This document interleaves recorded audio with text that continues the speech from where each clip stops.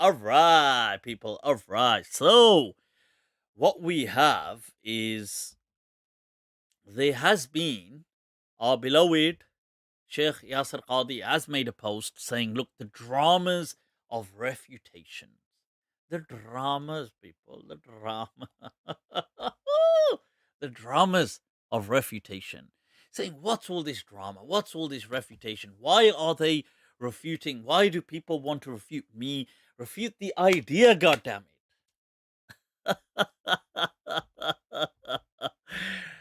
Refute the idea, not the person. No, no, no. Don't play these games, This one not nice, my friend. Yasir Qadhi Sahib. ¿Qué es eso? After you make these clips saying that, look, dealing with these topics like the second coming of Jesus in such a way, then when you know que ya Rab to there's going to be a refutation on its way. You look in the horizon and you say, oof, yaar ye. Oof. Huh? You say, yaar ye. So you can't all of a sudden say, look, oh, don't do refutations, don't do this.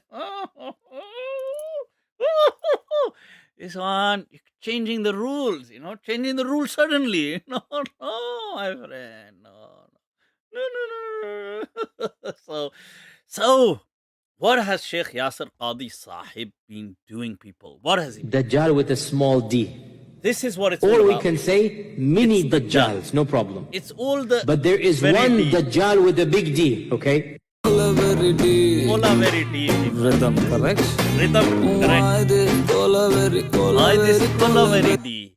So what's happened, people, is Sheikh Yasir Qadhi has gone on and done a lengthy video debate about the second coming of Jesus. And I want to dedicate a huge amount of today's session just on this, because we have to, Es muy, muy importante.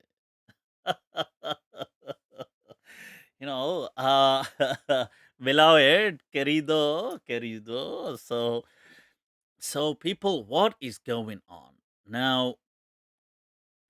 Some people who are a bit controversial. I feel for some people. Now, if I can, so what we're gonna do is take a look at Sheikh Yasir Qadhi's clip. And then we're gonna look at some clips, and I'll go through some replies, and I'll explain what's going on. But let's. Assalamu alaikum wa rahmatullahi wa barakatuh. The issue about Isa ibn Maryam coming back at the end of times is one that has caused a little bit of controversy in the last few years online.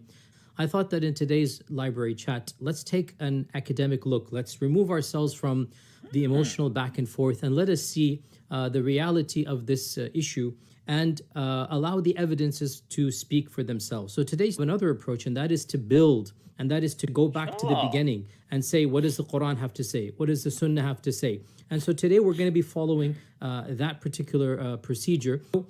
This is a fairly comprehensive, lengthy introduction to the entire topic, and I did spend a good amount of time around. Just to be a bit clear there, just so we can see, one of the main things that Yasir Qadhi has highlighted, Qadhi Saab, that this is going to be academic. You're teasing me, huh? Academic. Some people who are a bit controversial. I feel for some people on the extreme side of the spectrum, and we don't mean this in a Salafist way, because Salafis sometimes go too far. Sorry, bhaiya. So academic. So people. Around a day and a half doing, and so in reality it boils down to three particular phrases in the Quran, because once that Isa ibn Maryam is going to speak وَيُكَلِّمُ النَّاسَ فِي الْمَهْدِ وَكَهْلًا. This is repeated twice in the Quran. He shall speak, Isa ibn Maryam. So basically what our Qadhi Saab is doing here is he's going to give clear evidences. I've obviously summarized his video, but we've got to go through this so everything makes sense. But he's going to show us the evidences for why this is very clear-cut in the Quran. Maryam shall speak to mankind, it's not a miracle to speak at an older age. But if Isa ibn Maryam is not around at an older age, then this is a prediction that he's going to come back and speak when he's an older man. Language in and of itself does not indicate that Isa is coming back, okay? But it can be said that the context would indicate this, okay? That in أهل الكتاب إلا ليؤمنن به قبل موته ويوم القيامة يكون عليهم شهيدا. This is the correct next position. verse. So there's two verses. يكلم الناس في المهد وكهلا, which comes twice. And then there's this verse, وَإِن مِّنْ أَهْلِ الْكِتَابِ إِلَّا لَيُؤْمِنَنَّ. About this verse is that it goes back to Isa, and that none of the people of the book shall remain alive at that time, except that they believe in Jesus before Jesus dies. Iman here does not necessarily mean they shall believe in Jesus, the belief of the kalima and the belief of an acceptance of Islam, but rather they shall believe that Jesus was a prophet even if they reject his prophethood. Just like Allah says in the Quran that وَمَا يُؤْمِنُ أَكْثَرُهُم بِاللَّهِ إِلَّا وَهُم مُشْرِكُونَ. Allah affirmed the Quraysh have iman in Allah. This See, a quick point here that notice Qazi Sahab, beloved is mentioning that, you see, what the main thing for the final hour is that as all Jews and Christians die, they affirm Jesus. As they affirm God. And this is till the end of the world. This is till, not just after Jesus came, this is even going on right now, and it's going to go on till, the world kind of implodes. Not the Prophet Muhammad sallallahu alaihi wasallam, not Islam, not the Quran, but that they must affirm as they come to their death, Jesus. Nice. These are nice. So this verse seems to strongly indicate Christ. The fourth verse that Allah says in the Quran that وَمَا يُؤْمِنُ Jesus before Jesus dies. Iman here does not necessarily mean they shall believe in Jesus, the belief of the kalima and the belief of an acceptance of Islam, but rather they shall believe that Jesus was a prophet even if they reject his prophethood. They reject him, but just they like Allah says in the Quran that وَمَا يُؤْمِنُ أَكْثَرُهُم بِاللَّهِ إِلَّا وَهُم مُشْرِكُونَ. Allah affirmed the Quraysh have iman in Allah. This verse seems to strongly indicate Christ. The fourth verse that we will discuss is considered to be the most explicit, and it is considered to be the... Abe Salo, pay attention. This is the most explicit. This one. Huh? Strong. Case closed.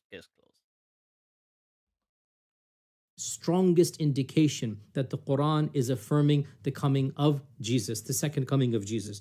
وَإِنَّهُ لَعِلْمٌ لِلسَّاعَةِ فَلَا تَمْتَرُنَّ بِهَا وَاتَّبِعُونَ. Quran was revealed in 7 ahruf. And Ibn Abbas and Ubay and others would recite this verse in a different recitation. وَإِنَّهُ لَعَلَمٌ لِلسَّاعَةِ. And Jesus is a sign for the day of judgment. Even though this alamun is not from the the mutawatir qira'at, it's not from that, it's just mentioned in the hadith. Then that means that he is an alama and a dalil, he is a sign for the day of judgment. So keeping in mind that what he's saying is Jesus is a sign for the day of judgment. Acha. Jesus is a sign for the day of judgment. Shabash. It's been, 2,000 years? Acha. So the sign for the day of judgment is not, something, it's not even Islam, it's not even the Quran, it's not even the Prophet, it's not even the end of time. It's Jesus who came 2,000 years ago. So we all clearly missed the sign.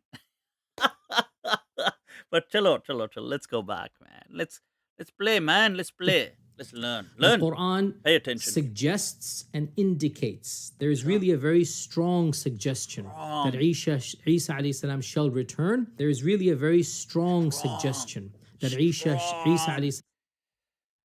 Abe Salo, this is strong. Strong, people, strong suggestion. Pay attention. You mother fathers, those of you getting distracted, pay attention, pay attention. Salam shall return to be academic and pedantic. This is not the unanimous interpretation of the Quran. And we can say that the Quran strongly suggests, the Quran seems to have a very strong indication that Isa is coming. Move on to the Hadith. And as for the Hadith, this is where, of course, the issue becomes crystal clear. So, so that's the strong suggestion Jesus is coming in the Quran. Even though we're going to see in a moment, it's not actually anywhere in the Quran, but khair, strong. Then the Hadith, there's no doubt now that doubt has been killed. There is no doubt. There may be doubt in God, but there's no doubt in this now. Abe, yar, there's no doubt whatsoever. This Quran, and we can say that the Quran strongly suggests, the Quran seems to have a very strong indication that Isa is coming. Move on to the Hadith. And as for the Hadith, this is where, of course, the issue becomes crystal clear. Crystal clear. This is where there leaves no ambiguity whatsoever. None. The number of hadith reported are simply too numerous to discount. The most authentic in terms of mainstream Sunni Islam is the hadith that is muttafaq alayh Bukhari and Muslim. Now the number of narrations and the number of books of hadith that mention the coming of Isa are beyond counting for this simple. And the number of Sahaba from whom this hadith is narrated is around 10 or so. We have Abu Huraira, we have Jabir ibn Abdullah, Ibn Masarud, Ibn Umar, Aisha, Samura ibn Jundub, Imran ibn Hussein, Abdullah ibn Amr ibn al-As, Hudhayfa, Thawban, and in fact, one or two more. I have them in the full file that I wrote up. So we have around 11 or 12 of the companions. Teasing us, huh? He's got a file. Yasir Qadhi has a file. I don't have the names with me, but the 10 that I quoted, we have for sure from them. But the 10 that I quoted, we have for sure from them. The Indian scholar Anwar Shah Kashmiri, who wrote this famous book called At-Tasrih Bima Tawatara Fi Nuzul al-Masih. Multiple scholars have claimed that the ahadith about the return of Jesus are mutawatir. And this is a huge thing that we cannot just simply dismiss and ignore. That means if you it's do a quick impossible survey, the number of references are too numerous and they are too diverse.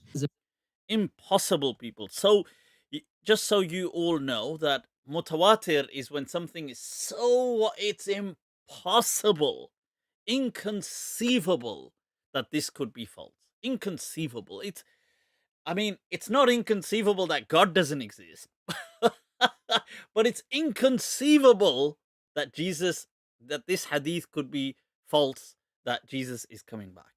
Acha! Acha! Aisa kya? Chalo, I'm learning a lot today. I'm learning. MashaAllah.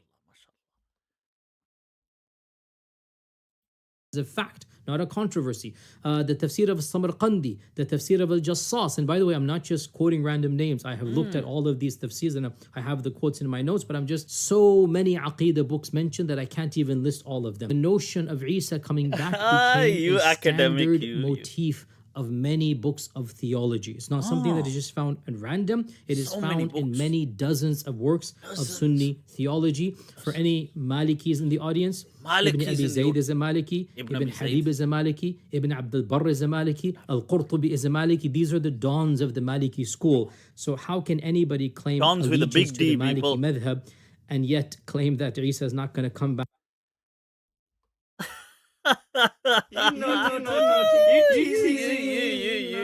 You teasing us, huh? Are there any Malikis in the audience? Abe Sasura, of course we're going to be in the audience watching your clip. You. How could dons with a big D, people, big D, dons of the Maliki madhab. Chalo, let's see. Back despite all of the great giants of the great giants of the Maliki madhab. How can you be a Malik? How? Abe Salo, how can you guys be Maliki, for God's sake? Sharam, doob ke mar jao yaar. Just end your miserable lives today. You stain on humanity. there is literally you know what? Yeah. Do this to yourselves and just end your gene pool today. This is it, people. This is it. Just, this is what you all deserve. This is what.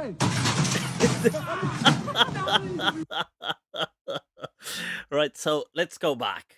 Maliki madhab, Maliki school claiming that Isa is. So how can anybody claim allegiance to the Maliki madhab and yet claim that Isa is not going to come back despite all of the great giants of the Maliki madhab, Maliki school claiming that Isa is going to come back? And by the way, the notion that Imam Malik does not have this particular hadith, it's neither here nor there. Imam Malik, read in that Imam Malik didn't believe that Isa is coming. This is a huge claim of them. Al-Mutahhir al-Maqdisi, who huge claim, people, huge claim. So, by the way, all of these points we will be responding to. This is not my response yet. This is teaser, appetizer. The response is yet coming. Abe Salo, you could wait 2,000 years for a second coming. You can wait for my response also coming. Wait, man, wait. Let's listen to what Sheikh has to say first. We must, with all due respect, hear him out first, and then we will engage. Who died 355 Hijrah. He has one of the earliest treatises on history entitled Kitab al-Bad'i wa Tarikh, the book of the beginning and history. Ibn Atiyya died 541 Hijrah. In his famous tafsir, he writes, وَأَجْمَعَتِ الْأُمَّةُ that the ummah has unanimously agreed about the mutawatir ahadith that mention that Isa is in the skies, in the heavens, and alive, and he shall come back towards the end of times. And he says, the entire ummah has unanimously agreed that Isa will come back, and only the philosophers and those who don't believe in any religion, the Malahida, basically have denied this. So people, only the Malahida and the philosophers, basically the atheists or hidden non-Muslims and the philosophers have only denied this. you murtads, apostates. Let's stick. Pay attention, people. Pay attention. I was not able to discover anybody pre-modernity who explicitly negated the coming back of Jesus Christ, okay? The first person to question the return of Isa was... First person. So nobody in history had questioned this until... Muhammad Abdu, who died 1905, who is, of course, the student of Jamaluddin al-Afghani, and, of course, one of the founders of what is called modernist Islam, or what is called the, neo, if you like, Enlightenment. So nobody in Islam had ever questioned this until Muhammad comes along and he questions it. And then what we're going to see as well, our beloved, is going to do is say that basically everybody today that has questioned these things is simply an extension of Muhammad Abdu's school. So this is a school. This is like a sub-school. Okay. Let's see. Interesting. And basically reinterpreted the coming of Jesus. He basically said the return of Jesus means the spirit-like compassion of Jesus will come, not a... So you can see this is, according to him, Muhammad Abdu is the person who's come up with this interpretation that Jesus does not mean Jesus. It means like a Christ-like spirit of goodness will transcend and take over the world. Shabash. Let's proceed. Persona Jesus, right? So he kind of had a bizarre ta'wil that it means that the spirit of Jesus, not the spirit meaning the ruh, but like, the compassion of Jesus is going to come. And in India, you had a new movement. And that movement was a particular person by the name of Mirza Ghulam Ahmad, who began claiming that Jesus had died. Jesus had come to Kashmir and lived the rest of his life there, and then died and was buried in Kashmir. And that the second coming of Jesus was not the actual original Jesus, but a Jesus-like figure. And Muhammad Abdu's school... note that what he's trying to do, just make a mental note. What he's trying to do is somehow make an association between the denial of the second coming and Qadianis. Even though the irony is the whole Qadiani school is based on a messianic vision. It's based on saying that a Messiah will come. Hence, he claims to be himself the Messiah. But no, that point, no. Sorry, I thought we were being academic, academic. Let's focus, people. Focus, Haramyo, focus. This is why you're all going to miss the boat when Jesus comes. Abe Salo, you're going to be in the lines of the jar. You need to pay attention. Learn. Is very skeptical of miracles, very much in line with trying to take modern notions of liberalism and of whatever the notions are, and to make them learn these mainstream Islamic. Very skeptical of the signs of the Day of Judgment. Skeptical of Hadith overall. So there's this school that's very well known. Sorry, bhaiya. So what? Just in case you're not paying attention, what Sheikh Yasir Qadhi is saying, this same school, but since Muhammad Abdu, they also invented this questioning miracles. It's also by Muhammad Abdu. On a brief little side note, Muhammad Abdu is the same person who Sheikh Yasir Qadhi takes his evolution theory from. So Sheikh Yasir Qadhi's evolution theory, that evolution was all natural evolution until Adam, and then Adam was divinely placed there, is from Muhammad Abdu and his teacher Jamaluddin Afghani. Nobody before them had ever said that. But sorry, man, I digress, man. So these are the first people to question miracles. Pay attention, people. Pay attention. Mufti Abu Layth type of people, well known. لا يؤمنون. This is the criterion between those who believe in ghaib and those who don't believe in ghaib. And that's basically one charge short of kufr. So this denial of the second coming and these miracles is basically a problem with people who refuse to accept the ghaib, the unseen, which is one notch below disbelief. Even though, you see, belief is all about God. God is unseen. Nobody has a problem with that. Nobody has a problem with the concept of ruh and consciousness. These kind of things, even from a scientific perspective, are unseen.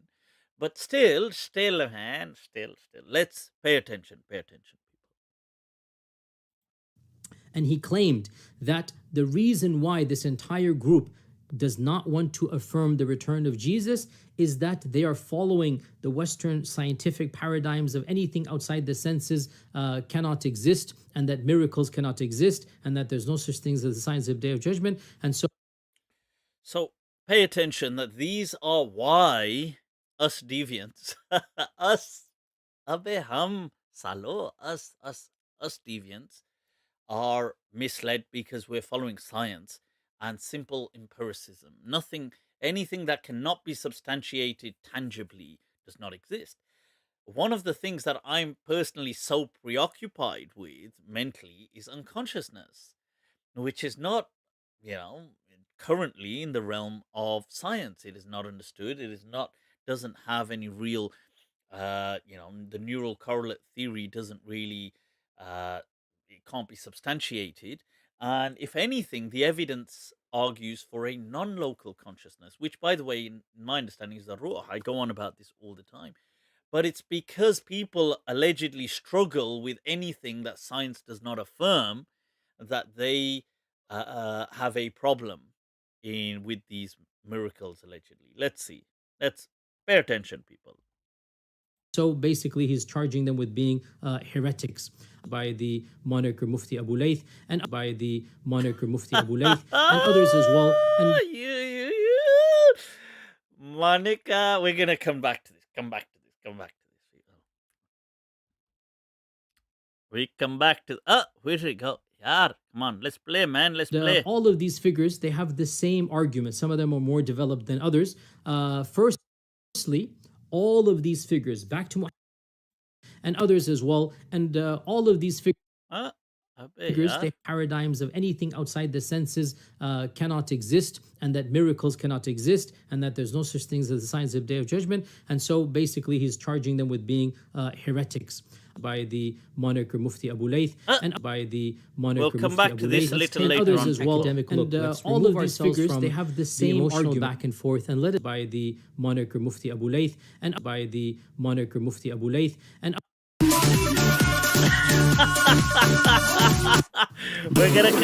we'll come back to that, people. Pay attention, pay attention. Pay attention, man. Pay attention, people. some of them are more developed than others. Firstly, all of these figures, back to Muhammad Abdu, all the way down to the modern groups, firstly, all of them, they have a different concept of the sunnah, okay? They define sunnah differently than the way that the majority of Ahl Sunnah define sunnah. In fact, Right. So this is an important point, by the way. Since Muhammad Abdu, I think we should put a big D in Muhammad Abdu. Ek nahi do. Or big D do. Do also means two, and it can also mean to give. Give not one, but give two. Huh? Two D's, people. So Muhammad Abdu is this school has come up with this notion to differentiate between hadith was sunnah. Okay, so Muhammad Abdu has come up with that.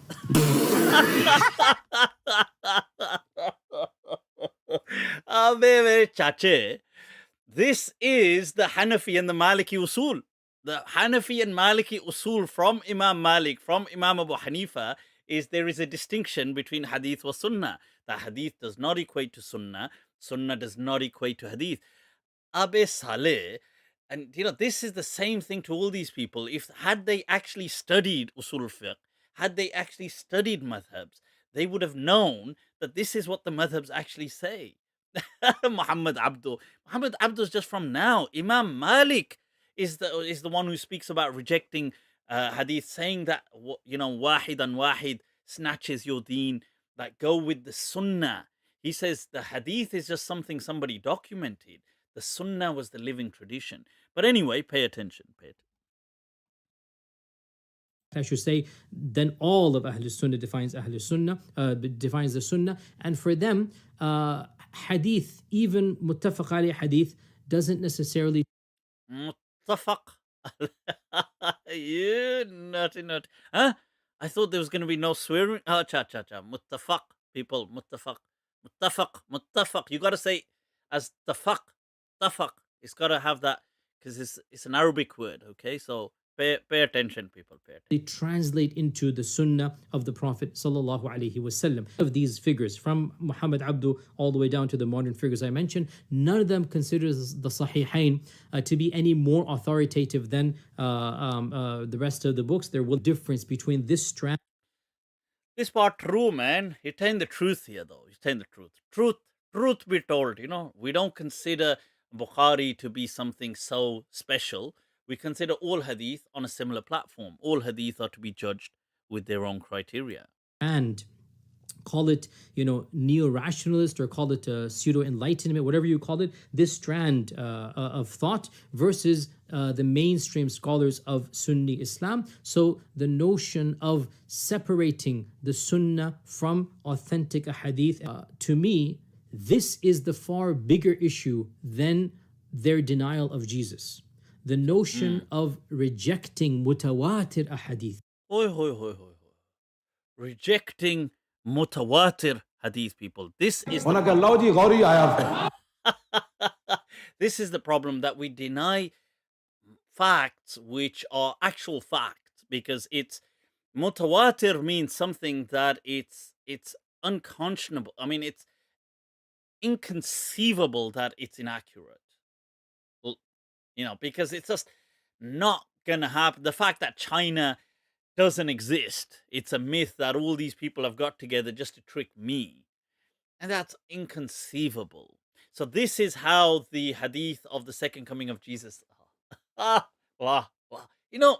If anything, you gotta love the confidence.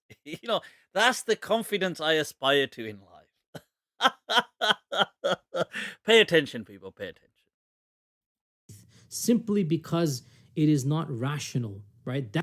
This group is willing to claim that the belief of Jesus Christ is a theology that emanated from Judeo-Christian sources, from the likes of Wahb ibn Munabbih or Ka'b al-Ahbar, or maybe even Abu Huraira, or some of them say Ibn Shihab al-Zuhri. It emanated from these people, and it slowly crept in until it became a mainstream belief of the Ummah. Now the response is that that's a huge claim that lacks even the slightest backing or evidence. How can anybody make such a preposterous claim?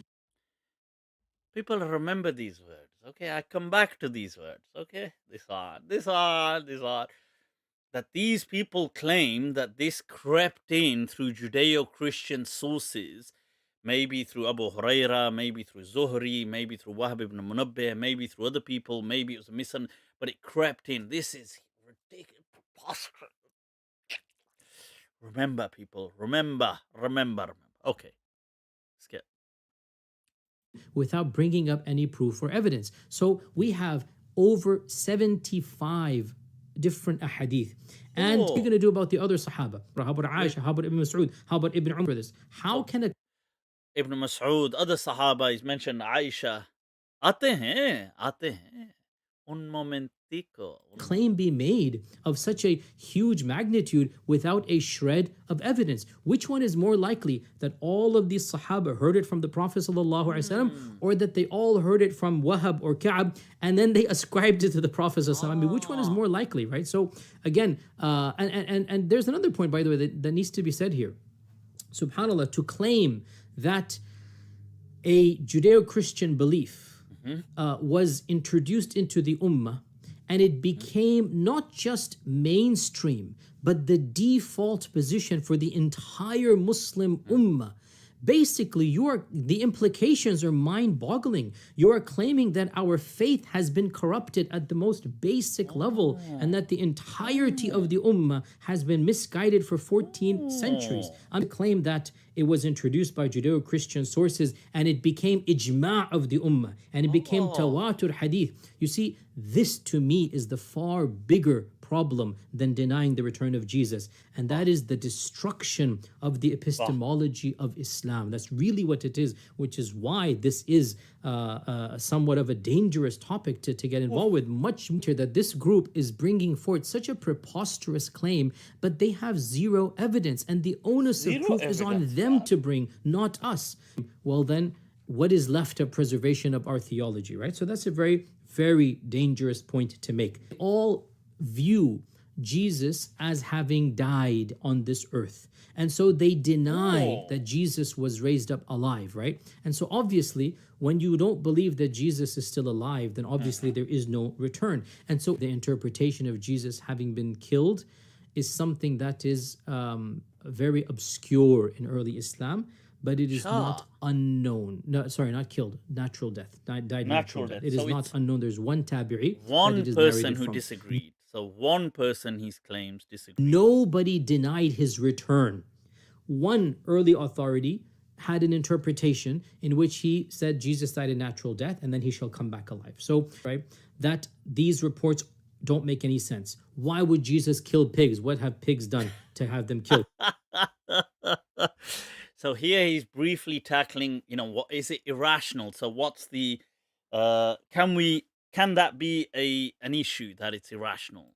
Why will Jesus not accept jizya? Why will Jesus not allow kufr to remain when freedom is, everybody's allowed to choose, if you want to remain Muslim or not. فَمَنْ شَاءَ فَلْيُؤْمِنْ وَمَنْ شَاءَ فَلْيَكْفُرْ. Why this, why that? Oh, yar, what am I doing? Almost making you guys miss it. Un momentico. There it is. And the response to all of an interpretation in which he said Jesus died a natural death and then he shall come back alive. So, right, that these reports don't make any sense. Why would Jesus kill pigs? What have pigs done to have them killed? Why will Jesus not accept jizya? Why will Jesus not allow kufr to remain when freedom is, everybody's allowed to choose, if you want to remain Muslim or not. فَمَنْ شَاءَ فَلْيُؤْمِنْ وَمَنْ شَاءَ فَلْيَكْفُرْ. Why this, why that? And the response to all of these whys is that, well, Allah said so. So the claim that jizya is not going to be accepted, the claim that you're either going to be a Muslim or you're going to be with Dajjal, it actually makes sense. The level of kufr that you're going to have, you're going to be on the side of Dajjal. There's not going to be any middle category after that. So in reality, far from being illogical, this is completely logical. So all of these, therefore, it's pretty straightforward to state, and this is not something I usually do, but it is pretty straightforward, therefore, that anybody who denies the return of Jesus by virtue of the fact that they have contravened the agreed upon beliefs of this ummah, that they have contradicted the mutawatir ahadith, that the least that can be said is that they have fallen into a religious innovation or a bid'ah. Now, you see, un momentico, people. So you can see there that, look, this discussion that began by this is going to be an academic discussion. That's how Sheikh Yasir Qadhi began this, that I'm going to have an academic discussion. I'm going to mention a lot of issues. I'm going to bring up, this is going to be a fair discussion.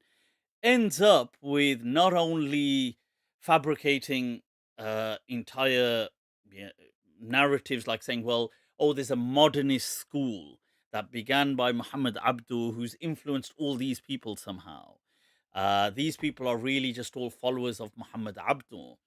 That these people have a deep crisis, or not a crisis, but they have a deep-seated problem in Islam because they're so obsessed with science. That these people, anybody who denies this is basically a notch below kufr. Even though he's not saying kufr, he then goes on to say, well, it's clearly they are heretics in Islam, or at least this is clearly a bid'ah, a deviation, a heresy in Islam. So what began by saying, look, this is going to be an academic discussion, went on to say, well, this is going to be this is a clear bid'ah. And this is what it is. These people have invented this thing of differentiating hadith wa sunnah. These people, this is mentioned in all these books. The giants, the dons of the, obviously copying me, dons of the Maliki madhab have said this. How can you even be a Maliki? How can you claim to be a Maliki? How can you claim to be a Sunni? This is not Sunni Islam. This speech of our beloved was nothing short of a Jummah khutbah. Him saying that, look, I'm going to, all these people have said this, all these people have said this, and we do that. It was so preachy, claiming, beginning by saying that this is going to be so academic. So before I even begin my reply, right, what I have to do is, as always, people, who can I bring on board to assist me with a reply, to tag team. oh man, this is Roy Rumble, people, Roy Rumble. None other than the beloved Yasir Qadhi himself. Let's bring Yasir Qadhi on board.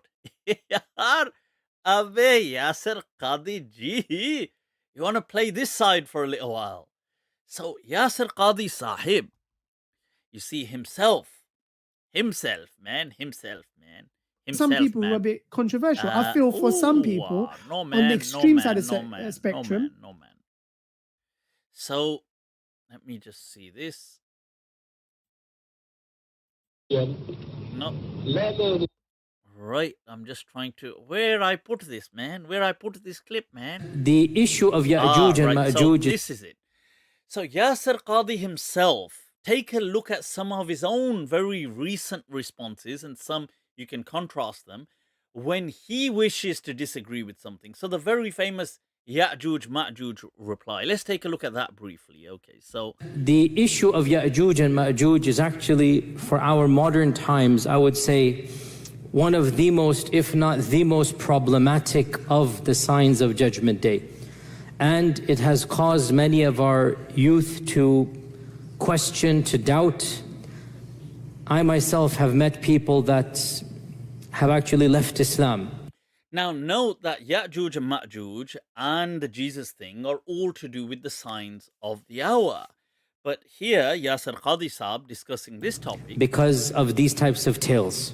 And we have to be honest and frank and not pretend as if this doesn't exist. Perhaps some of you are not accustomed to hearing people speak like this, but my philosophy is different. yeah. Perhaps some of you are not accustomed, but Jani, our beloved, speaks the truth. Truth, the whole truth, okay? The whole truth. And this is what I'm going to show later on as well are the half-truths. See, what Sheikh Yasir Qadhi does is, I'm not saying when he's quoting things, he's lying. But he does a lot of half-truths. He doesn't do full disclosure of what he's about to say. He'll say the part that shows that, but won't give the elaborate. Like, so as an example, when he's saying Maliki dons, the Maliki dons, he doesn't highlight that the Maliki dons, like Ibn Abdul Bar, like Qadi Iyad, like these people, said that all the hadith to do with Jesus are akhbaru ahad. They're not conclusively established. He doesn't quote that part. He just quotes the part them saying, okay, we believe in it. So, note the half-truths, the half-truths. So, we are dealing with a crisis of people leaving our faith, our own children, our own young men and women. And of the reasons why is that we are not answering some of these issues that they bring, and we dismiss them. The Midrash. So here, Yasir Qadhi has shown that one of the biggest issues why people are leaving Islam is because we're not tackling the problems they're having. Like a problem, like, for example, saying, well, a man coming down from the sky, and everybody's witnessing that, is this something that would happen? I mean, that's a very reasonable question. And this man coming down being like, so wow, and then what he does is runs around, chases pigs, and just wants to kill all the pigs on the globe. I mean, hasn't Jesus got a better thing to do? I mean, he's here, wow, God's going to break the laws of nature, send down a man 2,000 years later, and the man just chases around pigs, trying to kill them. I mean, is that not in many ways disrespectful to the Prophet Jesus and to God to state that? But still, let's pay attention. Says that there will be the Midrash says. You see, note here, he's going to go into Jewish scripture. That the Midrash, there will be a forerunner to the Messiah. We talked about the concept of Messiah in Judaism, remember? You guys remember? Right? And Moses Maimonides put belief in the Messiah as a part of his 13 points of Aqidah. So Jewish scholars had as part of their Aqidah a belief, like Maimonides and others, that there will be a Messiah, but also a forerunner. 11th to the 12th point, we're going to believe in the Messiah. A day will come when the Messiah will come. It is a part of Jewish literature. Judaism believe in two types of Messiah, the minor Messiah and the major Messiah. Very interesting, isn't it? Jewish people believed in a minor Messiah and a major Messiah. Okay, interesting. They say that there will be a forerunner to the real Messiah. And this forerunner will defeat Israel's enemies. When they say Israel, they don't mean the country, they mean Bani Israel. Remember this, right? When the Midrash says Israel, they mean mu'mins, Muslims, i.e.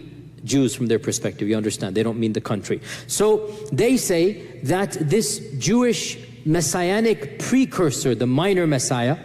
So the minor Messiah, this is Jewish literature, the Midrash, not us yet. Obviously, we too, as the Hadith says, whatever the Jews and the Christians, you too will go down that road. So, okay. Will defeat Israel's enemies, Gog and Magog, and then the real Messiah will come, and then judgment will take place, and then the righteous will be rewarded, meaning with Jannah, if that's their reward. Now, this is interesting because this is Midrashic literature, and it mentions two figures. And it mentions Gog and Magog, and it mentions Judgment Day all in the same paragraph. Allahu A'lam, we have the Mahdi, we have the Masih, we have Gog and Magog, we have Yawm al-Qiyamah all in the same paragraph as well. Then they ask, how is it conceivable we got influenced by Jewish literature? He goes on to say, well, people say maybe we took it from them, but maybe we both just had it right. What a coincidence. Hey, what a coincidence. What a coincidence. You can dance. Okay, so let's go back here, people.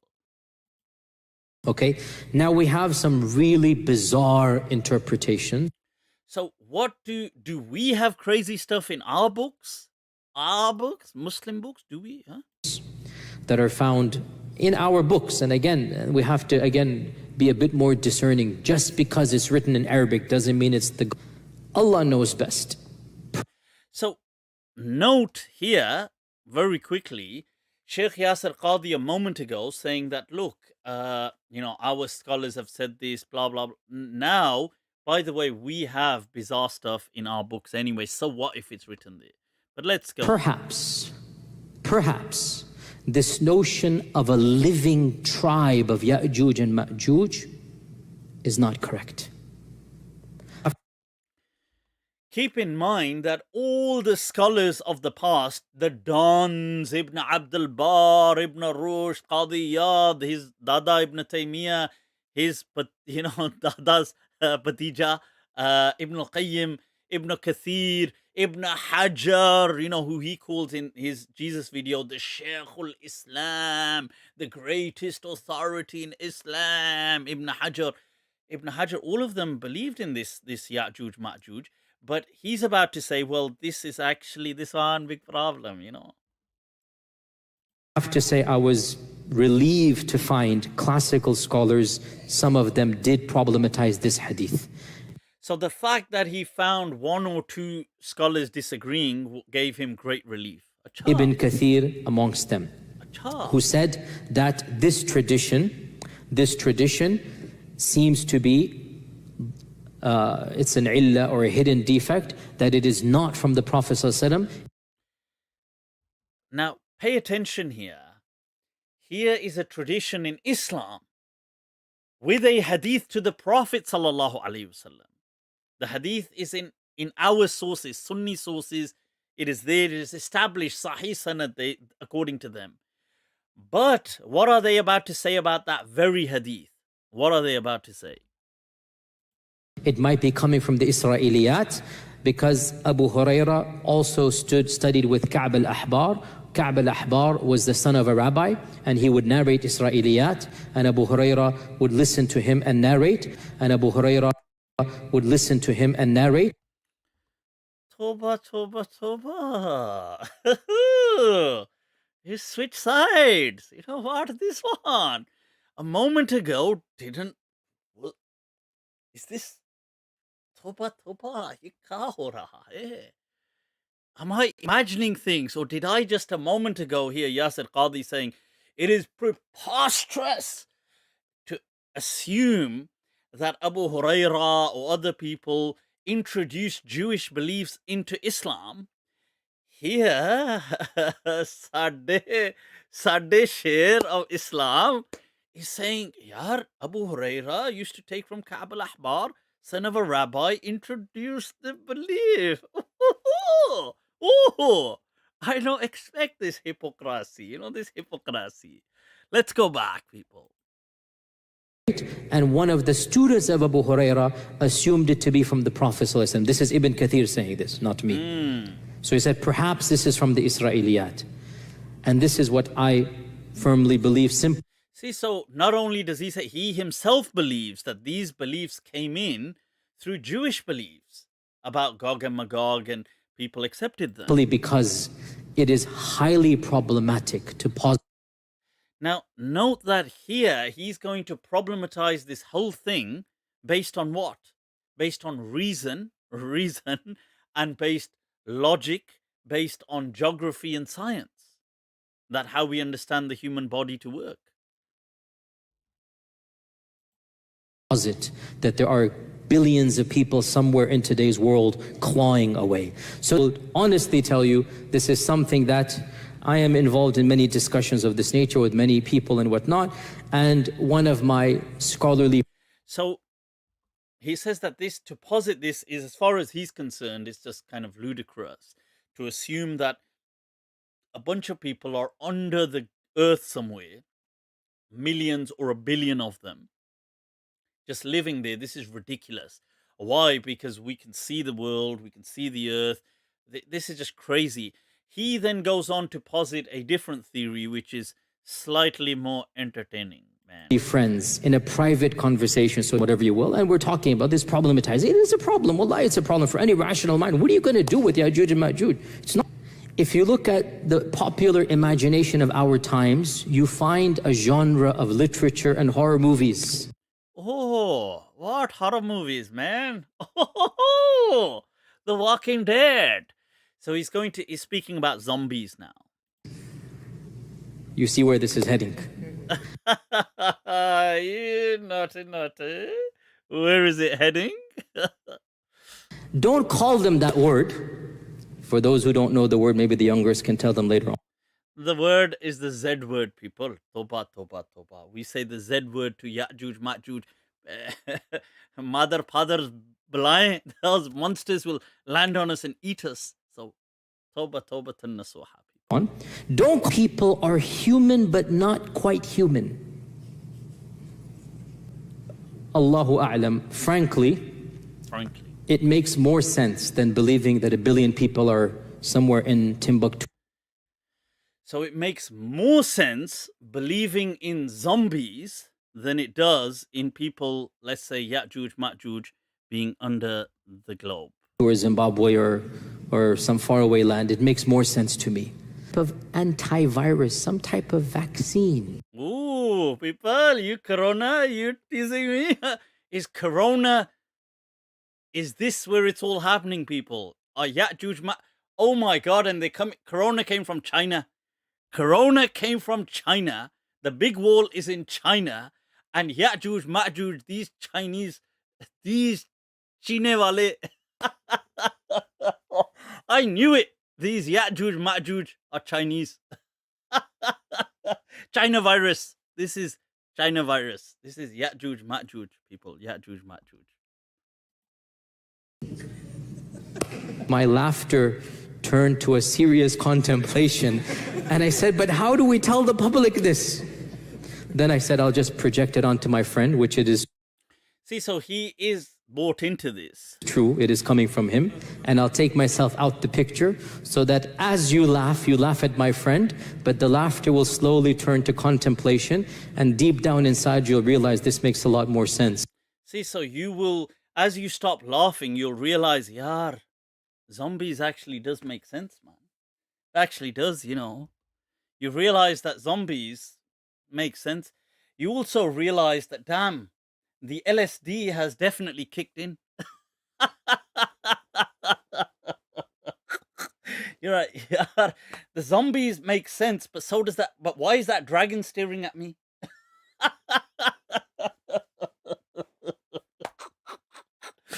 Zombies definitely make sense. But why am I floating in a pink cloud?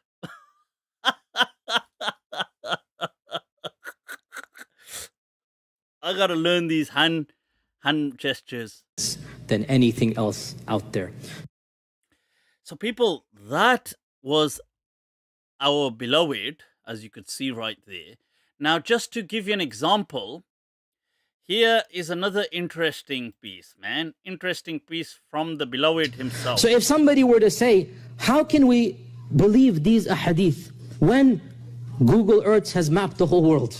Google his own We answers. can zoom in and see everything around us.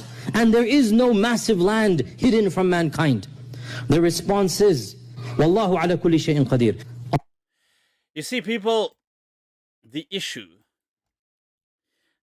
man, is that because I bought in Yasir Qadhi as a tag team, it's only fair, man. It's only fair. You know, where you give, you must take as well. Or where you take, you must give as well.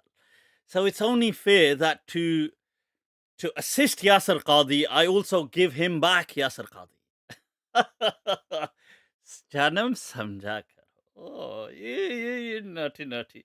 So I'm assisting Yasir Qadhi back here with Yasir Qadhi himself. Mwah, ja meri ja. Ja Simran, ja. जी ले अपनी जिंदगी, huh? जी ले. So, let me see. So this is the question that Yasir Qadhi has posed, but we've traveled back in time, and Yasir Qadhi everything around us, and there is no massive land hidden from mankind. The response is, Wallahu ala kulli shay'in qadir. Wallahu ala kulli shay'in qadir. Allah is all powerful. Abe Haramio, didn't you know that Allah is all powerful? Allahu a'lam. If we believe in the ahadith, this is what the ahadith tell us. This is what the ahadith tell us. And there's a simple rule that Ibn Taymiyyah mentions. Memorize this rule. Memorize it, people. Memorize it. Ibn Taymiyyah, God, we're going to have one moment, man. Just to give you guys a bit of what somebody had sent me on Ibn Taymiyyah. They sent me this on Ibn Taymiyyah.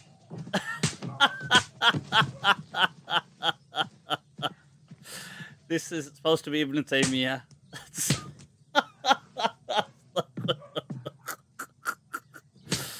Right, so let's go back, man.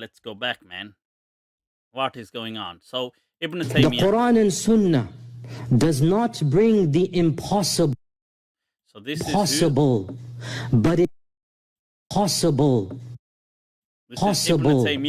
But it does bring that which astounds the mind. Is it impossible that somewhere underground Allah has thousands of people living? It's not impossible. It's not surprising that our medieval scholars believe this type of stuff. Obviously, we got to give a back. Dare I say, anybody who knows science and geography and modern civilization, you cannot believe that there is a tribe for 4,000 years trapped behind a wall. I mean, if you believe this, that's your position. I cannot believe it. I cannot believe it. I find this very difficult to believe. Is it impossible that somewhere underground Allah has thousands of people living? It's not impossible. They're in some place separated from mankind.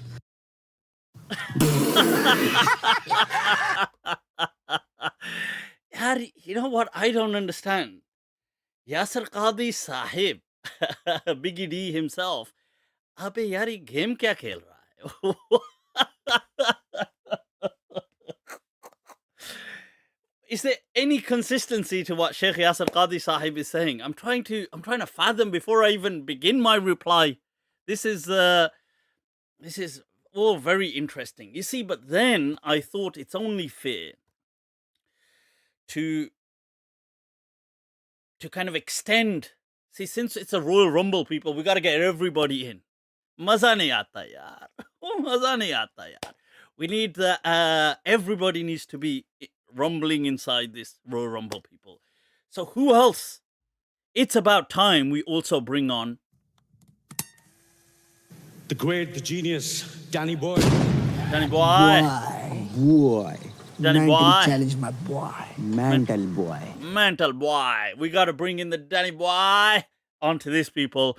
Otherwise, maza nahi aata yaar. Maza nahi aata. It's only fair, people. This one not nice. So I thought let's bring in what our his underlying views about the Islamic tradition. All right, man. What is going on, man? What is this one, man? To Islam. Okay, so tafsir, basically any of the ulum, any of the Islamic sciences. Majority opinion, even if it's said by giants, should not matter to a true researcher and even when it's coming from giants in the Islamic tradition, it shouldn't matter to a true researcher. To understand that the way that our ummah is currently set up, scholarship by and large consists of regurgitating and memorizing. It does not consist of challenging. It does not consist of being brave enough to break away from the paradigm. Frankly, see here. So this is a belittling of the Islamic tradition. And If a Deobandi has studied, 10, 15, 20 years in his institute or an Azhari or a Madina guy, so and then they dare break away from the standard narrative, as you are aware... man. Un momentico, peoples. Un momentico. Right, so... I don't know why it's got that background. I take it that's with his video clip. This background of the trees. So anyway, here Sheikh Yasir Qadhi, the beloved, is mentioning un momentico. Right, he is mentioning his methodology, and none other than Danny Boy is highlighting it, who is accusing Yasir Qadhi of the very same thing that Yasir Qadhi is accusing people like me and other people of being a modernist. And so here, and when it comes to claims like how can you disagree, right here, people, right here, man, this one right here, should not matter to a true researcher and a... Even when it's coming from giants in the Islamic tradition. So he says even when it comes from giants, it shouldn't matter to a true researcher. To understand that the way that our ummah is currently set up, scholarship by and large consists of regurgitating and memorizing. It does not consist of challenging. It does not consist of being brave enough to break away from the paradigm. Frankly, So this is a belittling of the Islamic tradition. And if a Deobandi has studied, 10, 15, 20 years in his institute or an Azhari or a Madina guy, and then they dare break away from the standard narrative, as you are aware, that comes with a lot of baggage and a lot of tension. It's very difficult to do that. And my argument is very straightforward. So what if a lot of people said something? A moment ago, beloved, Dajjal with a small... Biggie D himself, was saying that how can these people disagree in the second coming of Jesus when giants have said it. It is in every book. Have all the ummah gone astray? Then the other personality gets activated, and Yasir Qadhi Sahib himself is speaking the unthinkable. It doesn't make it right. Then ijma'. Ijma', meaning consensus, is a very important part. It's one of the usul. Correct opinion is independent of the names of men and the quantity of the names of men. And that is also a very important point. I mean, again, if you emphasize really, it doesn't matter how many people have said something, that this is the truth, the correct Islamic position is X, Y, or Z. It doesn't matter how many people have said that or what major scholars have held that position. If you're a true academic and a true researcher like Yasir Qadhi, then it shouldn't matter to you. To history. And again, this is something I want my students to do. You want people to be challenging. Majority opinion typically is based upon socio-political factors. So a moment ago, Yasir Qadhi was saying, how could this become a majority opinion? Here, Qadhi Saab himself is explaining. Simple as that. I'll just lay it out there. Wow. I mean, this is really extreme, saying that the dominant position is based on social and political factors. This is exactly what modernists say. This is exactly what reformists say. Because dominant madhab, the dominant firqa that is common in a time and place, has nothing to do with truth as it comes from Allah. It has to do more with the socio-political context, with the kings and the rulers, with the prime ministers, with the institutes that they sponsor. This is the reality. The Ghaznavid sponsored the Karramiyya for a period of time. The entire region was Karramiyya. The Hanbalites were powerful in 4th century Baghdad. The Seljuks came and they brought in Ash'arism, and because of a particular instance, which inshallah we will talk about in one day, Ash'arism became the dominant strand for many centuries. It remained the dominant strand. Socio-political factors has nothing to do with the haqq being from Allah subhanahu wa ta'ala. One could be deluded almost into getting confidence to do their own research by listening to Qadhi Saab. People, patience. And if we can understand this for trends, if we can understand this for firaq and movements, we have to be brave enough to say individual opinions as well can be influenced by, look, if you're in an environment where 99% of your teachers are on one position and you're not challenged to think about that position. Here, Sheikh Yasir Qadhi is explaining how can it be, when he asks people like me, and other modernists, as he claims, that how can it be that other people haven't challenged these views? Here himself, he's explaining that, look, if the majority of your teachers were onto something, you're not going to challenge it, just naturally. You will absorb that position and move on. That's the way the world works. There's nothing wrong with that, right? But the fact that 99% of your teachers say something doesn't mean it is the correct truth. It's just that's school, and they are taught.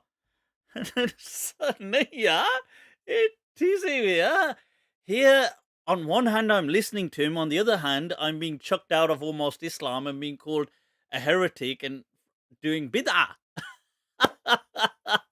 One hand, the hand that giveth taketh away. This one. People. A certain philosophy, and they're taught a certain, whether it's aqidah, whether it's fiqh, whether it is a position like Ismail and Ishaq. The fact that you have not heard contrary and all. Now, it's important here what he says. Philosophy, and they're taught a certain, whether it's aqidah, whether it's fiqh, whether it's. Note, I don't know what just happened to his face there, but note how he says that even if it is aqidah as well, because that's important. Es muy importante. I don't know what's whether happened. It's aqidah, I think whether the zombies it's fiqh, have whether taken it is over. A position like Ismail and Ishaq. The fact that you have not heard contrary, and all the mashayikh you study with have not heard contrary, means nothing, because in the end of the day, every firqa and every trend is basically within a spectrum of opinion. Very few people are brave enough or foolish enough, depending on how you want to look at it, because it comes with cons when you break away, right? To go outside the box and think for themselves, like, okay, of a fact that I want every student of knowledge and potential alim and alim to be aware of, and that is that no matter who says what, that is a secondary, maybe even tertiary evidence. It is not an evidence in and of itself. The evidence. So people, it is not, do you hear this? It is not an evidence of itself that he wants people. It's the brave or the people. Apna zamana aap banate hain ahle dil. So the people, the true lovers, the people of the ahle dil, apna zamana aap banate hain ahle dil. They make their own place in this world. Hum wo nahi ke jinko zamana bana gaya. We are not those. This is Jigar Muradabadi. He says, we are not those who the world made us. We made our own place in this world. So people, as you can see, paying attention, pay attention.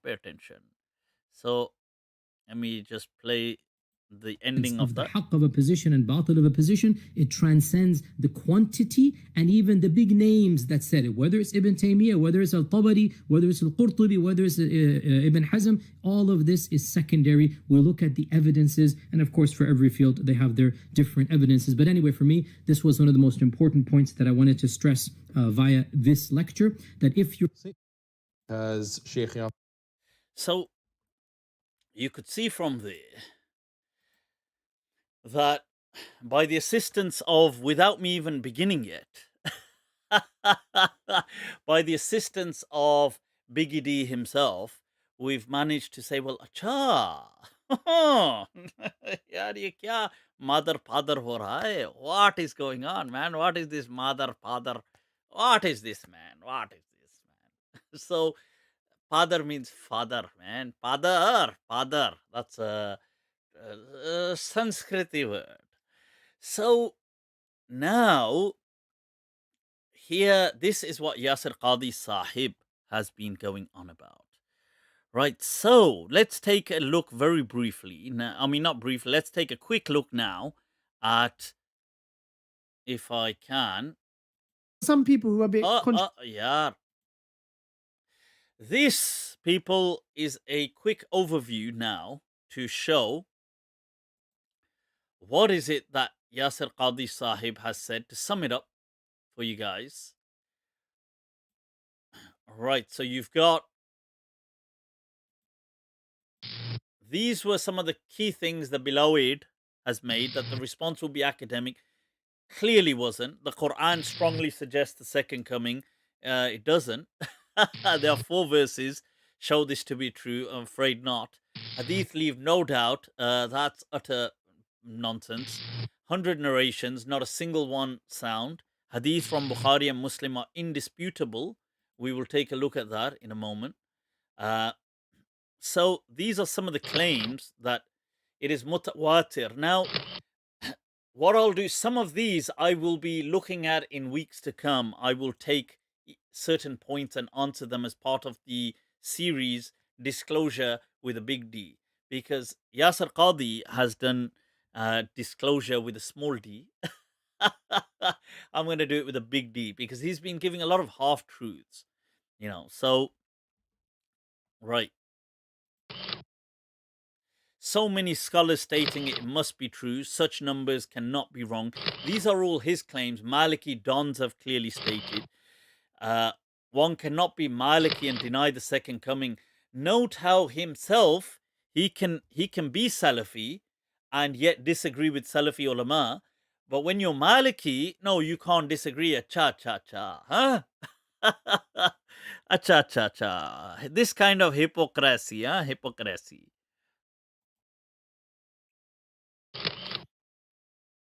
There is ijma on the second coming. Second coming, there is ijma. All the scholars have agreed. And even though he didn't, by the way, he didn't cite things like Ibn Hazm documenting 900 years ago in his book that the Muslims, and he says the main body of Muslims, ikhtalafu about Jesus, hal ya'udu qabla yawm al-qiyamati am la? Will he return qabla qiyam as-sa'a? And he states that they disagreed. Yet he doesn't highlight that. He highlights Muhammad Abdu. 800 years before Muhammad Abdu, Ibn Hazm had highlighted it in his book. He doesn't highlight the fact that Ibn Taymiyyah has his notes on the Maratib al-Ijma' of Ibn Hazm and doesn't even criticize that point. He ignores that as well.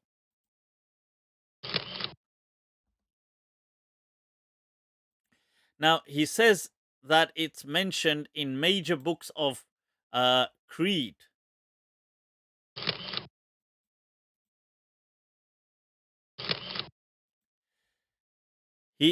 He doesn't highlight the major books of creed that don't mention it. He doesn't highlight Adududdin al-Iji, one of his, the major people of Aqidah who has his Sharh al-Muwaqif. He highlights. He doesn't show that. He doesn't mention that Ibn Taymiyyah himself in the Wasitiyah doesn't mention it. All the ulama, it's not in the al-Barahin. It's not in, and these scholars who he highlights as dons actually mention it not to be mutawatir. They mention it to be something that has still doubt in it, but they accept it. So he completely misses these points. But chalo, let's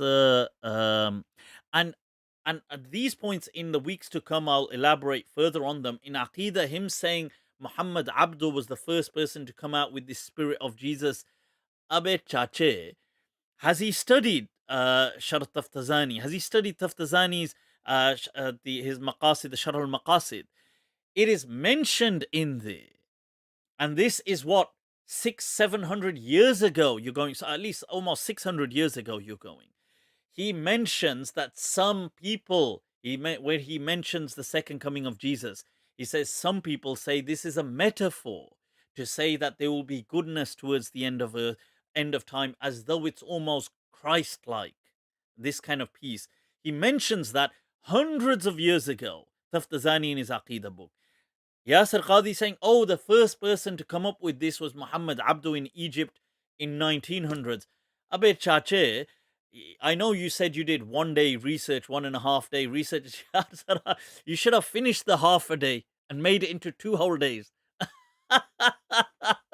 Maybe you would have discovered this.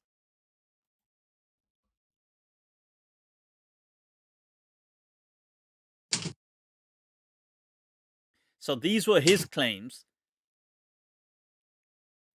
Even though I've highlighted that this Ibn Hazm mentions this almost 900 years ago, that Muslims have disagreed on this point. He says that Muhammad Abdul was the first to come up with this. His thing on the main point of difference is to differentiate between Hadith and Sunnah comes from Muhammad Abdul. This is the usul of the Hanafi madhab and the Maliki madhab, that we do tafriq bayn al-Hadith wa Sunnah, unlike the Shafi'i and the Hanabila. But, there you go. That just, if only he'd done 2.5 days research. This is incredibly dangerous to challenge Islamic theology. Yet himself on Gog and Magog, he said, well, it doesn't matter. If people have said this, doesn't matter.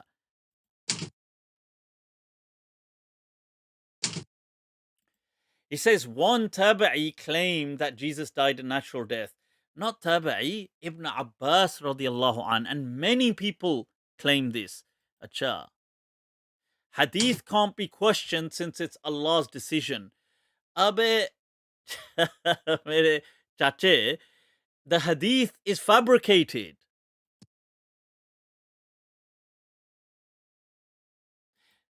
See, so he says Hadith, because you can't question Hadith as illogical because it's from Allah.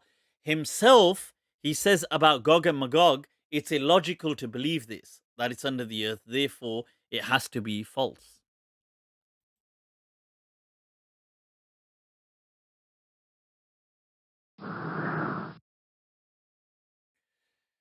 He claims that, look, this is to threaten all of Islamic. Yet himself, on Gog and Magog, he says, no, I clearly believe that this came in through Judeo-Christian sources. He goes on to show how it's their belief to believe in a proto-Messiah, precursor, and the actual Messiah. And it's a coincidence that we have this.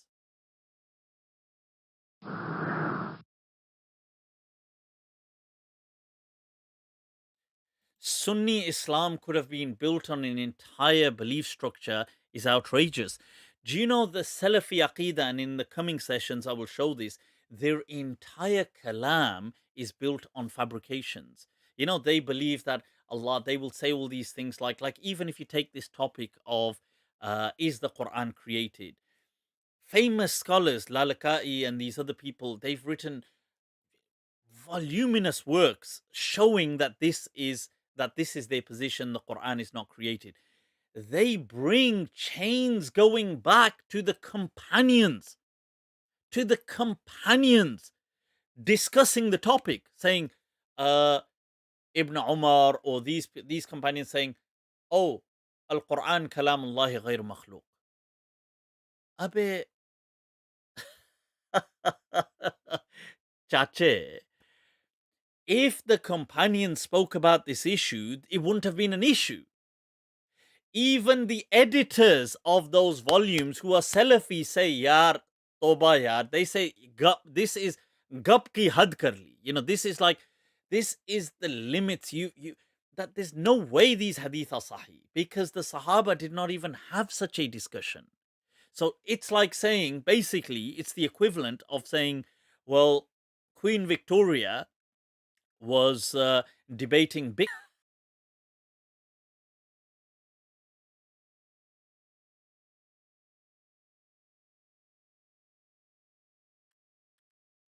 Because to say that Queen Victoria or Newton were debating Bitcoin is preposterous, because this discussion hasn't emerged then. It's the same. This discussion of is the Quran created did not emerge till at least maybe something like 190 to 210 years after the Prophet. Yet they bring with chains. They fill their books up that the companions. Lalaka'i brings 9 companions saying that, having a discussion on this. Which even the editor says, look, come on, man. He says, had karte ho yaar. That this is utter. The editor is Salafi. He says, look, yaar, come on, man. This is made up. Obviously, the companions weren't discussing this. But here, how can it be, as our beloved is saying? these are bid'ah. Now here he brings the first verse of the Quran, which is in two places, Ali Imran in 46 and Surah Ma'idah 110, that about Jesus, yukallimun nasa fil mahdi wa kahlan. Now note,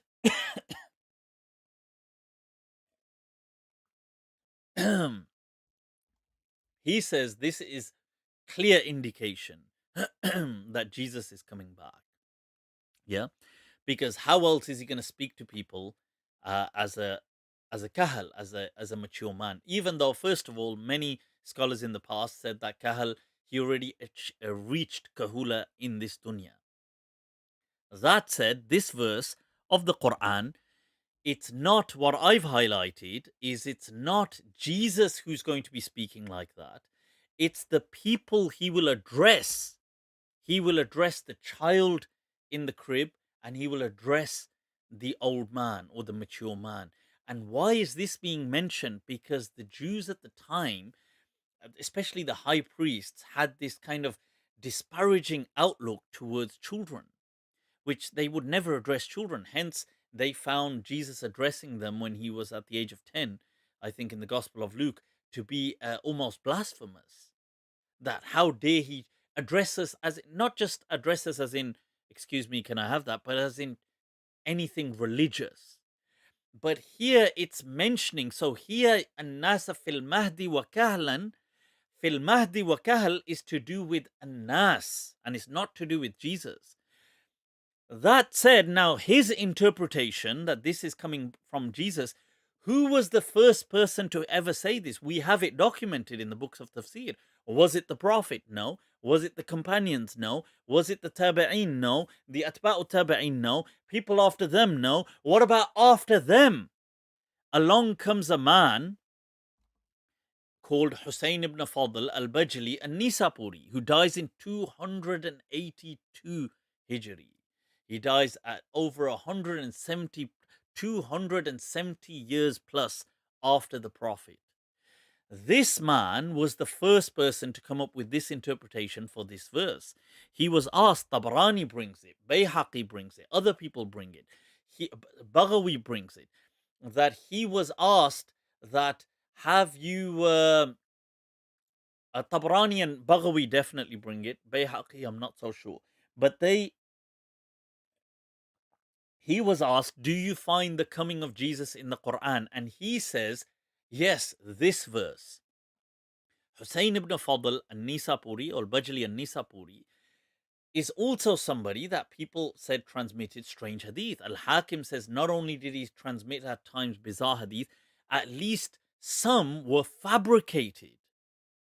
That is this person, Hussein ibn Fadl. That is whose interpretation he is following here. You can see there at the bottom, I've got from Baghawi and Tabarani that his quote.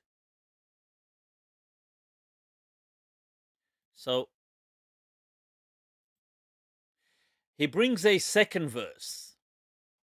وَإِن مِّنْ أَهْلِ الْكِتَابِ إِلَّا لَيُؤْمِنَنَّ بِهِ قَبْلَ مَوْتِهِ. Now, first of all, since he's including other recitations, he says this is clearly about Jesus. In the recitation of Ubay radiallahu an, since he's quoting other recitations, he quotes Ibn Abbas's, and so since he's quoting other recitations, it says qabla mautihim, before their death, as in the people of the book before their death. Okay, they also go on to say most mufassirin highlight that this could have. Yes, they say it could have been talking about Jesus. They say it could have been talking about the Prophet Muhammad sallallahu alaihi wasallam. They say it could have been talking about the truth and Allah, as you can see here, that, and many tafasir, I just cited here that Tabari, Nasafi, Al-Asdi mentions that it was the truth, and Allah, Panipati, Mazhari, and Tafsir al-Madhari, and transmissions. Now, he does say there's some difference on this, but he doesn't highlight the plurality that several people were saying that. Now, he mentions the strongest verse there is. وَإِنَّهُ لَعِلْمٌ لِلسَّاعَةِ, Surah Zukhruf 61. That it is a sign for the hour. Do not be doubtful about it. He says this verse is the strongest verse in the Quran, leaves no doubt. Right now, okay, well, first of all, why doesn't he highlight he does say one person disagreed. He says Hassan. Well, for his information, not just Hassan, Sa'id ibn Jubair, Qatada, all of these people mention it was the Quran that it's speaking about, that the Quran is a sign, since revelation will end with it. And that actually makes much more sense if you think about it. That the entire revelation will now end makes a lot more sense than rather saying Jesus is a sign for the hour. First of all, ilm doesn't even mean sign, right? So ilm means knowledge of the hour. The Quran contains information, it's revelatory detail about the hour. Now, what he doesn't do is cite verses that go against the second coming of Jesus. He doesn't highlight that. So, as you can see here, there are 3 verses I've brought up first of all. This verse in Surah Ma'idah, verse 75, since keeping in mind that Biggie D said this was going to be an academic discussion, then it's only fair that he has full disclosure, shows the verses that negate a second coming. But he doesn't do that. So this first verse in Surah Ma'idah 75, Mal Masih ibn Maryam illa Rasul. He is not that the Messiah was but just a messenger. قَدْ خَلَتْ مِنْ قَبْلِهِ الرُّسُلِ. Even messengers before him have died. وَأُمُّهُ صِدِّيقَةٌ. His mother was a devout woman. كَانَا يَأْكُلَانِ الطَّعَامِ. That they would eat food, that they would partake in the natural laws of this world. And that means that whatever would afflict human beings would afflict them. They were not deities. انظر كيف نبين لهم الآيات. Look how we make clear to them the signs. ثم انظر, then look أنا يؤفكون. Look how they get distracted and are led astray. Look at the verse in Surah Anbiya 34. وَمَا جَعَلْنَا لِبَشَرٍ مِّن قَبْلِكَ الْخُلْدِ. We have not given any of mankind before you eternal life. أَفَإِن مِتَّ فَهُمُ الْخَالِدُونَ. You know, if you are to die today, would these people live on forever? Imam Bukhari and several Imams use this verse to say Khidr alayhi salam can't be alive today because of this verse. Ibn Kathir and all these people bring it. Tell me, how is Jesus still alive then? Is this verse Allah saying we have not given any bashar before you an eternal life to live on? So here's this verse. Now, إن هو إلا عبد أنعمنا عليه وجعلناه مثلا لبني إسرائيل. Now, this third verse in Surah Zukhruf 59 is 2 verses before the verse that Yasir Qadhi Bigidi himself recites, and he says that this is why the strongest verse in the Quran, إنه لعلم للساعة, is referring to Jesus, because 2 verses before it mentions this verse, إن هو إلا عبد أنعمنا عليه. Now notice that أنعمنا عليه وجعلناه مثلا لبني إسرائيل. This is actually a verse to show that Jesus will not be coming back. Why, you ask me? Allah says in the Quran in Surah Zukhruf 59 that Jesus was just, the Messiah was just a slave who we favored. And we made him an example, an exemplary role model for who? For Bani Israel. Tell me something. If by the advent or the coming of Jesus, according to this second coming claim, Jesus will go on to achieve that which no human, not even the Prophet Muhammad sallallahu alaihi wasallam, could have achieved. He will achieve global world peace. Human emotions that are negative will disappear. Diseases will disappear. The nature of animals will change. They will no longer be predatory. The lions will gaze with the gazelles. The snakes will not attack the infants. There will be so much opulence and wealth in the world. No human in history has ever achieved that. No human in history has ever achieved that. But Jesus will accomplish it. Why then is Jesus not here, mathalan li bani Adam? Why is he not a mathal for entire humanity? Why for Bani Israel? He's going to go on to achieve what even the Prophet cannot achieve according to this claim. So,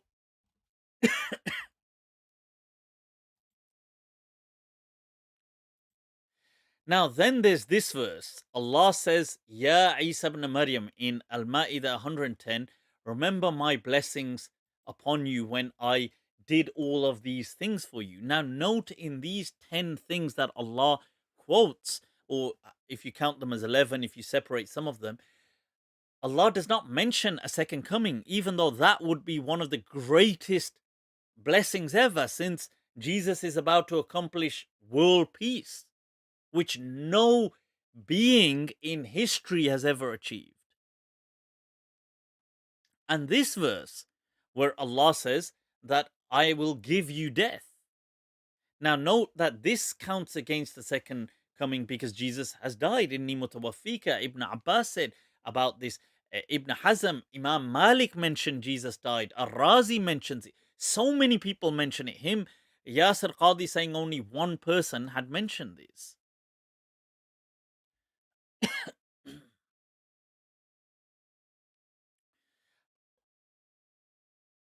Right, now this verse is very clear.